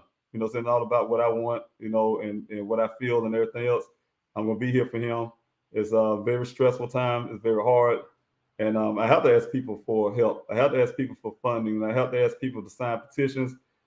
You'll find yourself in the same position I am. It's humbling. It humbles you down and everything else. You know, say, but you have to be real and you know, just ask. You know, say you receive not because you ask not. So I have to ask you guys to always constantly support. You know, in every way, with the donations to signing petitions. I try to dance around asking for donations because it's hard to keep asking, but it need to be done. You know what I'm saying? So I do have to act. So, you know, it's that kind of thing. So thanks so much for that. I don't know what happened, my son. I have to just like I say, follow the evidence, and that's what I have. And you know, if and I think you're good. Thank you also, Brooklyn. Thank you so much for coming on this morning. I just saw the yellow hearts there. Thank you for still keeping that theme going. Yeah, we did have a kind of like visual, and you know, for my son, and to bring awareness to this case, and also to highlight disparities that happens to a lot of families, not just ours. You know, my family happened to a whole bunch of family. Like I said over and over again, I hope it sticks. Daniel's America's son, not just my son. He's America's son. He represents so many others, so many other people who just don't get that urgency from the department. They don't get that. You know, this whatever. This family is going through the same thing. We don't have answers to what happened to our loved ones. So it's very painful. You guys, I'm telling you, if you just put yourself in our shoes just for one moment in your mind and really, really close your eyes and think about how it feels for someone that you love very much, and you don't even get to hear their voice anymore. You know, you don't have an idea or clue what happened, where they're at, things like that. It's painful. It's hard to even keep a straight mind at times. Sometimes I was in the candlelight visual the other night, and I had I tried to prepare a statement. Couldn't do that. I wrote some little points that I was gonna say. You know, points that I need to put out, project that night. Couldn't do that because my mind went blank. This is a candlelight visual, and it was a moment where, you know, I had to reflect and face the fact that I miss my son. I miss him. I miss him, and it's hard to just imagine that this is even real. This is even happening right now. And like I said, just standing there, I remember this feeling. It was overwhelming. I'll just put it that way. But every time I look at people like yourself out there, to stand out there and the support, it helps. It helps. I'm telling you, it helps mentally and morally. So I say it over and over again. Probably sound like a broken record, but that's exactly what it feels to be able to have support. Because without support, yeah, you can crumble. No matter how strong, I'm a strong man, but no matter how strong you are, you can actually bend or break. So thank you guys for being there. Question: how far away from a road was Daniel's I guess Jeep found? Um, we debate on that. When I say we, me and my search coordinator uh, slash logistics coordinator, Evan Short. We talked about it before, and I couldn't get the mileage right. I have never measured it. It depends on which way you come in to get to that site where this vehicle was found from the main road. If he was to go straight from that area, I'm just guessing about 5 miles. I could be wrong. If you're coming from um, about 4 miles, if you're coming from the gate that we go in off of Sun Valley Parkway Sun Valley Parkway to Cats Road area, I'll say about that. Somewhere around there. I would say no more than I thought it was a little more than that, a lot more than that, but probably about 5 miles. I'm guessing. I'm not sure. Could be more or less. I'm not sure. But I don't think it's less. It would be less than 5 miles, but it wouldn't be more than 10. I'm thinking so. It'd be somewhere around that between 5 and 10 miles. So I'm not sure. I never did, kind of measure that. We did a lot of foot searching, and we did it the other day. Matter of fact, near that area, going across that terrain I think we had 10 people. And there was 10 dedicated people, and we went across there and walked towards Sun Valley Parkway, and we didn't make it. We didn't make it. We had to stop the searching later because we got time in the day. We was getting ready, had to get back, let's get started ready for the candlelight visual. So we're gonna pick up again this weekend where we left off. So it's far. I just put it like that. Really far walk, especially if you imagine if you're walking in 118, 120 degree weather. We wasn't even walking in that, and I'm telling you, I think the temperature got up to in the 70s, which was feeling great. We had a breeze, and still it was very brutal. I came to the candlelight visual. I didn't have a voice. I kept having to drink water. I was very dehydrated. I felt dried out. The sun was burning us out there. So, it's that kind of thing. So, yeah, it's really far. And imagine they saying my son, all the clothing right here on the ground, he's supposedly walked up that way butt naked, according to what we see in the evidence. So that'd be brutal. That'd be brutal. And to me, nearly impossible. So without water, there was no evidence he took water with him. Because the 2 cases I was found in the vehicle was untouched. So, just that kind of thing. Thanks so much for your question. Do you have any solid leads? Thank you, Melissa, again for coming in off of YouTube. You have a lot of solid leads, and I'm saying those things are going to be backed up by the forensic work. So that's why I'm asking you guys, you can, please, please, please. I need it as soon as possible to get all the fund I need. And I don't have a ballpark figure. I think that's one of the biggest parts right now. It's hard for me to get a number of, without these labs will not be able to give me an amount without the stuff. Saying I can't even say I send a cell phone. I know what that is. Saying that's something that's manageable, doing one at a time. But this is urgent, and I just doing cell phone first, and I was doing some other items first, and I'm not going to mention those items. But go down the line as an importance that I think would be important. But to be honest with you, all of it is important. As long as that vehicle sitting where it's sitting, where I got it securely, and all the other evidence secured, and that stuff is sitting there. It need to be searched as soon as possible. It need to be taken care of forensically as soon as possible. I mean, like really quick. That should have been done on day one, right here on July the 19th. That's when it should have been started. All of that stuff I'm doing now on my own, using my own money, using your money, the GoFundMe. So all that should be had done. It shouldn't be us doing that. It should have been law enforcement. That's what they're there for. That's our tax money.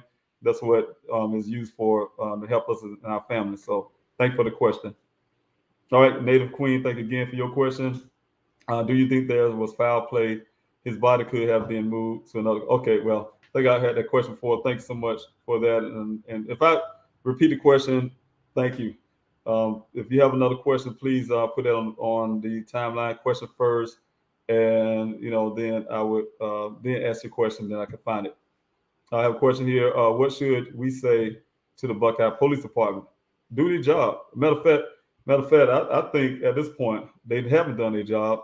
In my opinion, they haven't reaching out to me and let me know anything what they're doing. And one of the biggest things is if you guys, I mean, they reach out to me every once in a while, tell me some little light thing they're doing, something that I probably already done, or that's not even significant. Or they just ask me questions. I hear them from them probably once a month, if that, once every 2 months or so since I've been here. And as always asking me for something or something like that. But other than that, no, I don't hear from that department at all. They will definitely get back to me on many occasions I call. So, what you should say to them, just say, hey, look, y'all need to go ahead and put another department in. I want the FBI in this case. At this point, that's all we want. We want the FBI in this case. And then we're going to stick with that. We don't need them to run this case. I don't trust them. They have no credibility for a department that can falsify documents about crime statistics. In my opinion, they can falsify. I see some things right now. I'm telling you guys, whenever that report come out, you will see. I'm talking about my report. When I pin those things together and pin their own report against their own report. They have several reports out there, in my opinion. I have two separate reports. And not everything in the report match each other. So you know what? Just ask them, hey, look, at this point, what we need is them to call in the FBI and let them take over this case. We don't need them involved in this case. They need to recuse themselves and be away from this case, period. That's what I'm asking for. And that's what we all should be asking for right now. They show that they are not capable or willing to do it. They need to move out the way. They're in my way. They're like a stepping stone. They're like they're in my way, a stumbling block. So they need to move out the way and let somebody come in that will do the job. All right, Moochie Bear, thank you for being this morning. I know you are waiting for forensics on the Jeep and phone for GPS. Have you been able to assess Daniel's Google account to track it? Yes, I have that. Like I said before, when that department gave me that phone, everything on that phone was stripped away. All the Google stuff, his text message to the young lady, and this right here, all that by itself is criminal. Think about that. Everything this girl wrote back at the conversation they had, they let this girl upload her own stuff up to the report, and they took it as official, hearsay. An attorney would look at that and say, "This is hearsay on your report." That's this girl saying what she wanted to say, and y'all actually put this in the report. Then you got the phone. They gave me the phone wiped, right? Phone missing a memory card. Memory card that would say a lot of things that my son probably took pictures of, did, or whatever on a memory card. Missing, right? Then they claim in the report that they found his side of his conversation with the lady in the trash folder, right? In the phone. Why it's not in the report? And the reason why, because in my opinion, it's a lie, falsehood. They didn't get nothing from my son out of trash. I look at the trash folder, and that folder says everything in that trash folder would have been deleted in 30 days. They didn't start that forensic work on that phone well after 30 days. It would have been gone anyway. So, you know what I'm saying? That type stuff. So it's lies. Also, like I said, the Google itself, his locational stuff is all wiped. I had to go to Google myself to get that stuff downloaded, which they could have done. Google's graciously able to help me get all that stuff from the cloud to come back to his phone, his location stuff. Now, that's why I have these answers. That's why this is very important to get forensics work done. And also, like I said, I released one of the information I got from that Google phone that would suggest, just by him moving around, would suggest that he was working all that night, most likely doing Instacart because of the way he was moving. Now, that goes to the saying, if it was true, they say, oh, he was sleepy, he was acting odd, and he was sleepy. He said he was tired. I want to say it the way I want to say it. Would you be tired if you're working all night and you had to get up early in the morning, go to one, not only one well site, you had to go to two? You'd be like, you know what? It's about to rain. Let us go home. Let's just go ahead and call this day. Let's go to sleep. Let's go. I'm tired. Let's go home. But no, they centralized that to try to make it like my son was probably on some dope or something, or he's something wrong with him or something. I mean, what's wrong with somebody being tired? You know what I'm saying? That's how you could change the nature of a case to try to fit your narrative or your theory without trying to find my son. You making all these theories and these excuses instead of go looking for my son. You go hire, they go really go hire a accident reconstructionist just to bolster their theory. I want to stick by this at all costs, no matter what evidence the red transfer to whatever my investigator found for them and turned it over to them. When he turned it over to them, that's when they stopped talking to us. They got angry. They shut down on me as a father, being here all this time. Him and they came out with their own accident reconstruction. We never seen this vehicle, never touched it, never looked at it, never looked at the clothing, never looked at anything on that vehicle, never even physically touched, seen it in his own eyes. And looking at some pictures that we have given him and make his own report and then run to some dealership and say, oh yeah, what you think of as some worker at a dealership about some, instead of going to the manufacturers and the people who actually make the vehicle as in court, that's sloppy work, sloppy stuff like that. And say, hey, just to say what, I'm sure they probably, in my opinion, probably asked like 5 or 6 until they found one that said what they want to say. And they said, yeah, an expert said that at Jeep said this, really. I bet you went to Jeep right now and asked those guys, one probably disagree with the other one. And no, go to the manufacturer, the ones who made this stuff. Don't go to some worker at some Jeep that's probably your buddy or somebody at the place to put his name or stamp on his name on it. Because if I go to Jeep right now, which I'm still waiting on, Jeep will come out with a statement and say, no, that is falsehood. But it's and I'm going to do that. I'm going to make sure you guys see that. So it bears the apartment for them doing that. They went to spend money and resources to go get a accident reconstruction, and when I already had one, who gave them all the answer they need just to try to bolster their theory. For what reason, I do not know. So want to bolster their theory and so they can keep that narrative going. Question: do you keep thorough notes on every interaction you have with the department? Yes, I do. Not only notes, I keep recordings. They know this is a one-party state. Everything I've done so far is being recorded. So I remember this, my daughter and I being in an interrogation room, which I know that what it is now. They put us in literally interrogation room. I didn't realize what it was to hindsight now. Interrogation room. We sit on one side table when we're strolling down the phone, like I told you before, strolling down the phone, showing them this same stuff they put in the report. They obtain phone records and this from the family, whatever. Yeah, not paper, but we're sitting across the table and strolling down the phone. They looking at it like that and put in a report that they did some work or something. Yeah, that same day, I mentioned to Sergeant Hanneman is his name, I believe it was. Again, that he said, I just happened to be having a general conversation. I said, yeah, I record everything. I record all my phone calls. And he said, you record everything? I said, yeah, I record everything. He got up with a red face and walked out the room a little bit. Because the reason why I take it, this guy literally told my daughter and I to break in my son's apartment because they couldn't get in there. Just don't get caught. Breaking the apartment. Just don't get caught. Don't get caught. I mean, tell us do a criminal act, And, and I think to me, it's like those things are so ridiculous. So yeah, I do record everything. I keep a record on me. I keep certain little things for own reasons. Because not because I am smart. Sometimes not because I was smart. No, I am smart enough to do that. Saying you always have to have records and receipts because people are always going to lie and say things. So you know what? Yes, I keep those type things. So yes, I do keep records and things like that. And that's why I say I'm able to put some things together and try to understand what's really going on. Anyway, thank you so much for your question. I really appreciate that. Thank you, again, for reminding everybody ways they can help.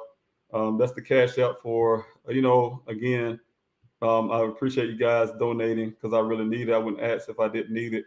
Some people came to me to ask for a Cash App. I just put that on the Twitter. It's not on my website.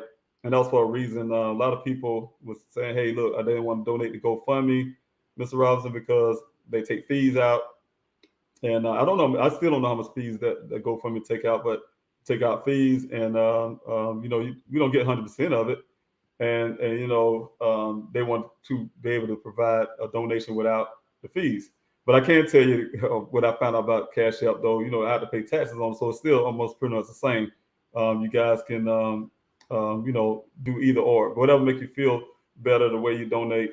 That's the reason why I decided to add the Cash App, but it's on the Twitter page. So, and also how she put it, if you want to do it outside the Twitter page, that's the way you can do it. There's the $, the Please Help Find Daniel, but all the first words capitalized. So, you can always do it that way. So if you like, what else? Everybody have their preferences. So thank you so much. All right. I do have this one question I happen to see. Like I said, if you guys have a question, please put the word question there first or Q, and then come your question. That help me find your question. I want to get each one that I can. I'm running out of time. Should have been off by now. I have some things I have to have done at a certain time, so I'll make sure I know I'm way past my time.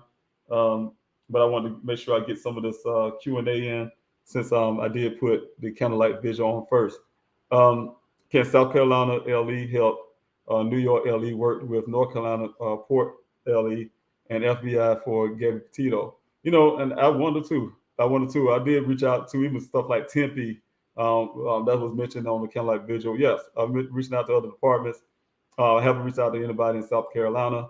My son is, of course, we're native of South Carolina, but he wasn't a resident at the time of South Carolina, and I don't know how that works, but yeah, that Tito case, yeah, they had help from everywhere, and that's what I was highlighting in the candlelight visual. Every case should be treated the same. My son is just as important as anybody, and I want to bring up the young lady, but he's darn sure more important than, or just as important as the guy who's a murderer. You know what I'm saying? And I'm not going to say much about the young lady. That was very tragic, and I know that family's still suffering. So I'm not trying to mention her at all. I'm really mentioning the other family with the murderer. You know what I'm saying? They spent a lot of money on that just to look for this guy. They had the FBI involved before they even know this guy was missing. I remember they had this guy came home supposedly and had packed his backpack out and left the house, and they were searching for him. I mean, the money, that's, I keep saying over and over again, the money that I have collected so far in GoFundMe, they're spending that type of money every week, or I think almost every day, on this one guy looking for a murderer for a whole month. And you can imagine, I can't even get this department here to spend a real dime on my son, but they spent money on this accident reconstruction they came up with, this bogus report that he got, in my opinion, very bogus.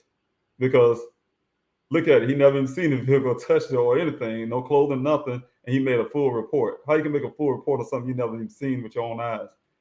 So but they believe that people out there, normally some people would, they'll look at a reporter's report and they'll go with it. Well, this expert they said this. I mean, but that's the question. But they don't put in there, well, yeah, our expert, he's saying this, but disclaimer, he never seen the vehicle, he never, that type of stuff. So yeah, I don't know. I'm reaching out to everybody for that question. I go off the tangent again.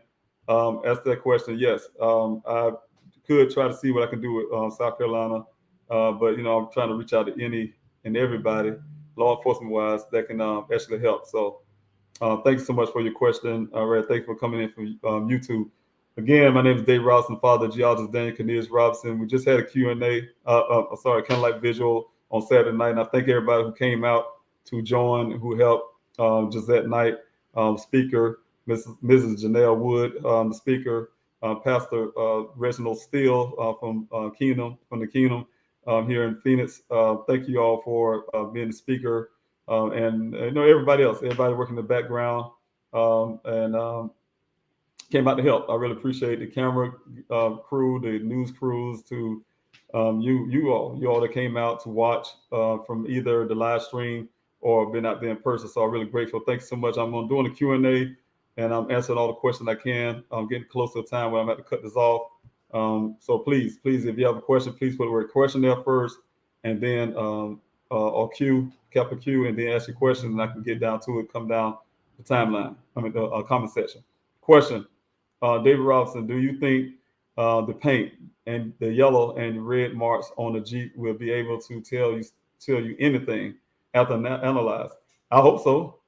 And that's the whole key of getting this vehicle, the forensics work done on it. That should have been done on the scene.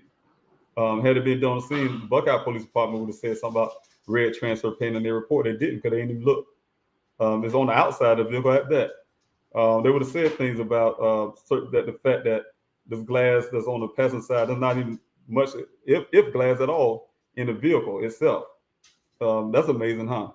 Glass on the ground in one little perfect square shape. Before people started dingling and messing with it, It was in a perfect square shape on the ground and crumbled up. As in somebody, almost like somebody put it there and crumbled it up in that one little spot. You know, you'll think of a car that's rolling, like they saying, glass have been thrown all over the place. You know, it wouldn't be intact, really perfectly on the ground like that.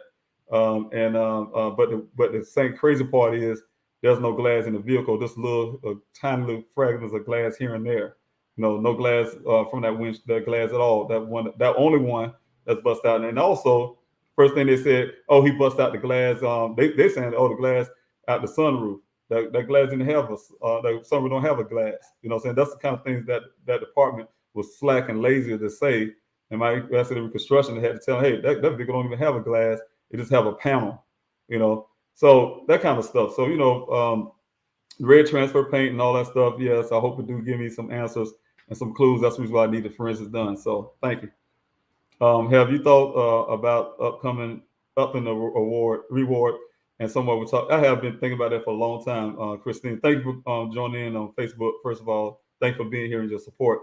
But yeah, I've been thinking about it. We're trying forever. We're trying for a while to up the reward. I went to Chief Hall. He said he was going to check into it for me, and he came back. Well, no, we can't do it because they won't probably approve it. Whoever they are won't probably approve it because it's not a criminal case and blah blah blah. So you know, whatever. Try to help match up what I can afford at the time.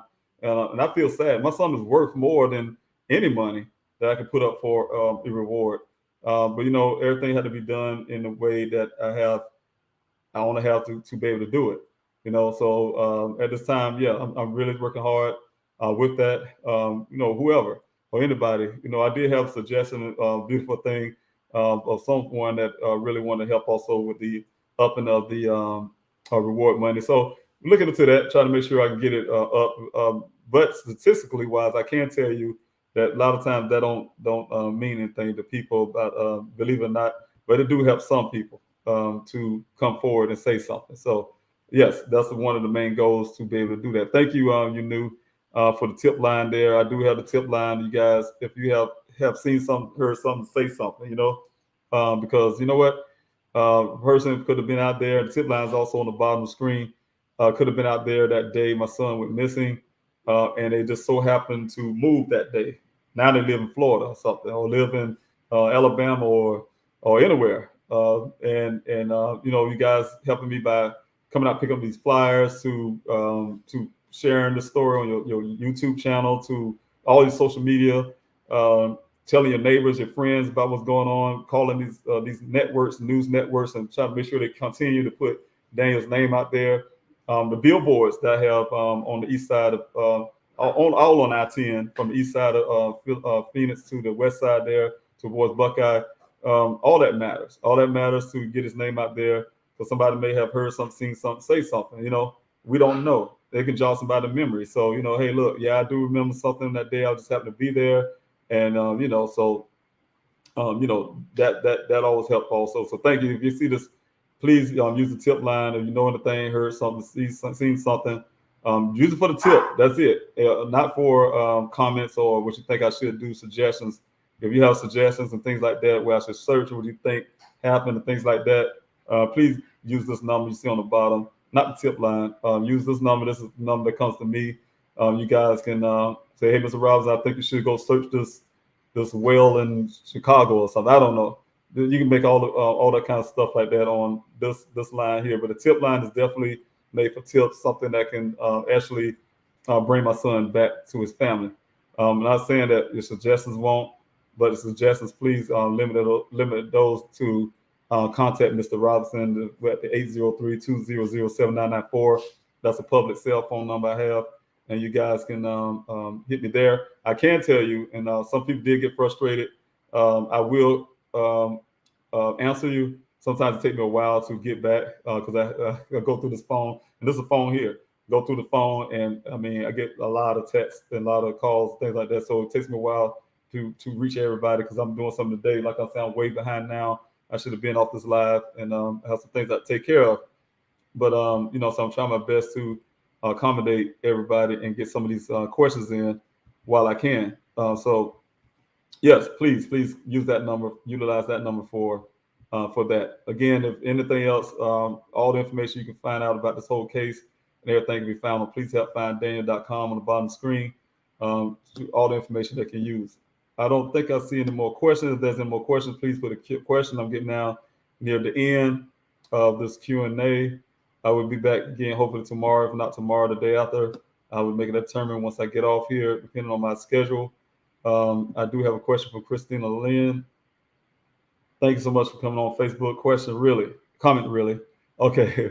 Okay. It only took one tip to blow Gabby's case wide open. Hope that happens here too. And I do too. And that's the reason why I had a tip line. That's the reason why I display it here on behind me.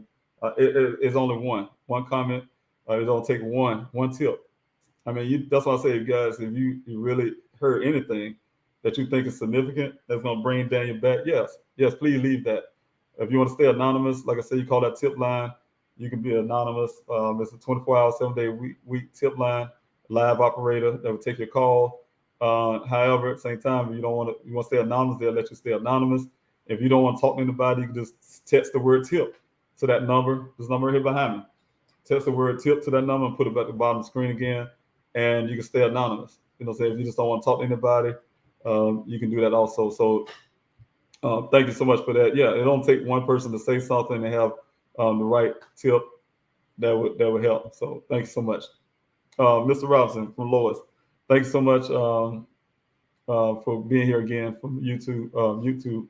Thank you so much. Mr.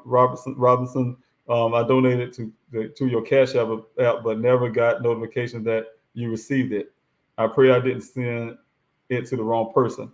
I will look for it. If that's your name right there, let me make a note. I'll look for it. And next time I'm here on this Q&A, if you remind me, I can tell you if it did or not. Let me write your name here. But I can tell you if it did or not. I don't check, and I'll be honest with you, I don't really check I don't have time to check the GoFundMe or the Cash App much, so I'm busy. I'm just hoping that people still donating to keep everything flowing. But yeah, I would check. I'll try to go through that and check, see if I see you there. If that's your name, also, if not, you can also text me on that number I told you at the bottom. Well, was on the bottom, my cell phone, public cell phone number, and you can ask the same question, and that'll help me also check for you. Then I could actually directly text you and let you know if I see it. The number there on the bottom of the screen. So thank you so much for that. All right. Again, my name is Dave Robinson, father Geologist Daniel Robinson, and thank you all for being here on this Q&A. Thank you for your comments and your questions. I really appreciate it. Thank you also coming out of her. Thank you for being here on the YouTube channel. Thank you so much. Yes, we all got to stand together. Thank you for everything you have done. So I really appreciate it.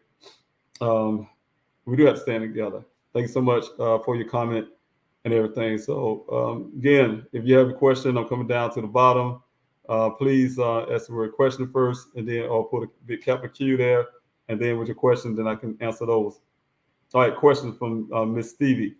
Thanks so much from YouTube. Are there vertical mines in the area that need to be searched? Yes, we have 2 that's going to be done hopefully this week. Hopefully we can get it done today. I don't have an exact date and timeline like Mr. Q asked earlier. I'm just working on that in the background, but it will be searched.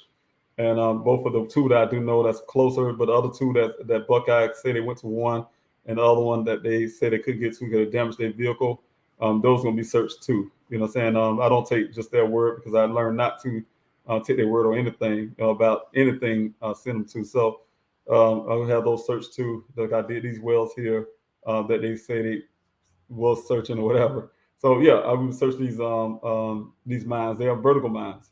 I have one horizontal mine out there that's close to this location right here. I mean, literally a few thousand feet away. That have been searched, and there was nothing in there. So still working on that. If you can, please like, share, and subscribe. And share out. Just like you said, just start sending out to everybody you can about this case, because awareness is key. And that's what get my son's name out there. Somebody can hear something, say something, and also we can get some action, hopefully by some law enforcement agency outside of Buckeye will stick their nose in there. Hope preferably the FBI, Attorney General office, or someone can come in and ask questions and snoop about my son's case. So you guys can keep it live and keep it active. That helps.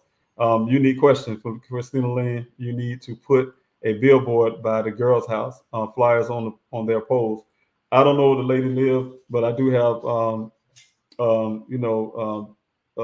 billboards out. Like I said, all across I-10. One is on I-17 out here in Phoenix. So hopefully everybody can see those, and somebody who may know something can see that. So thank you. All right, racial honor. Question. I didn't get your email with the PDF image to print flyers. Thank you for reminding me about that. Could you upload it for us in other states to print so that you don't have to take any resources from Arizona? Yes, and I mentioned it last time, and if my people still hear my 18, please remind me of that. I think the last Q&A before I said that I wanted to put that on the website, but I was explaining to everyone, and I need to put that on the website also, that it needs to be made a certain way. And I was holding it up to you guys last time I was on Q&A, show you how the flyers are made and how they're created and why. And this is it right here. They're created like this. They kind of mimic everything that's here behind me, but it's made like this. It has the information on there from the website to the Twitter and the Instagram, and also, like I said, the tip line. And other things we read on the back here, you have the reward and things like that, right, with the tip line number. So the thing is, the reason why it's so small, it's not the size of a notebook paper or something really huge, is because several things. I was reaching out to the homeless population, and you have the homeless population, and you have to try to make sure that with the homeless population, you have to make sure they be able to carry that with them. Some guys like to put it in their pockets and things like that. Just nice size. So I have the size also on the website, so you guys can follow along with that, and the type of paper, because it definitely don't need to be too thin, because a lot of people like was suggested by, I think, Christina wanted to put it on. Some people do put it on poles and things like that here, and need to be some states are a little wetter than others, and it need to be a little resilient when it comes to being out there in the elements. So just different things like that. So that's one of the reasons why I was actually shipping some out to people who was asking for them. But like you said, that would help with the resources for those who are willing to help. I'm taking all the help I can, and I'm really grateful for that. And you guys can get the word out, and I'm willing to even use your own resources to help. And I'm really grateful for that suggestion, Rachel. Thank you so much. And I will get that on my email. I'm asking my crew if they can remind me of that, right? Take a note. Sophia, if you're still on, to write a note for me and to remind me after I get off this Q&A to get those type things done on the website.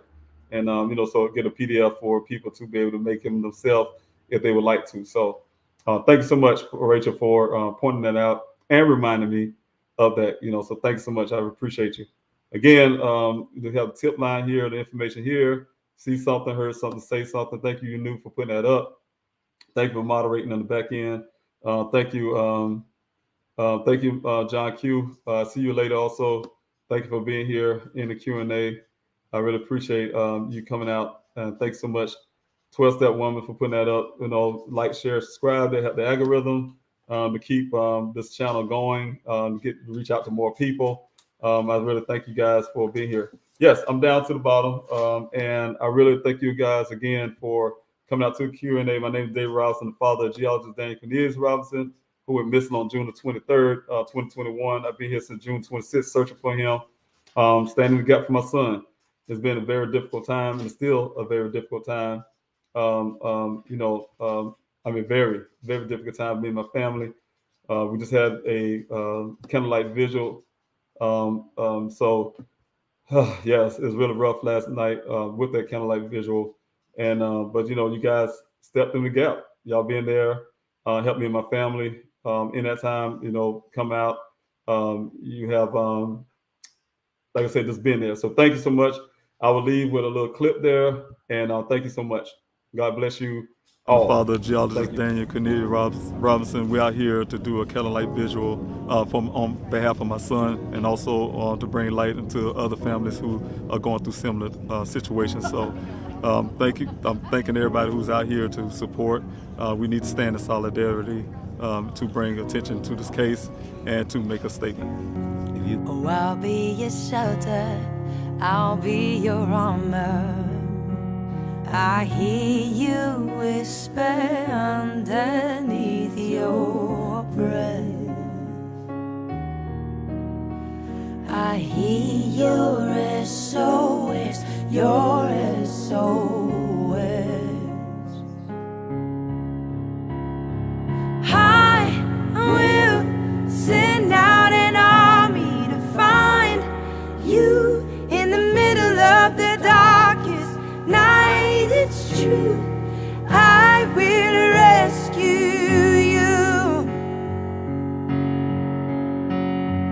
I will never stop marching to reach you in the middle of the hardest fight. It's true.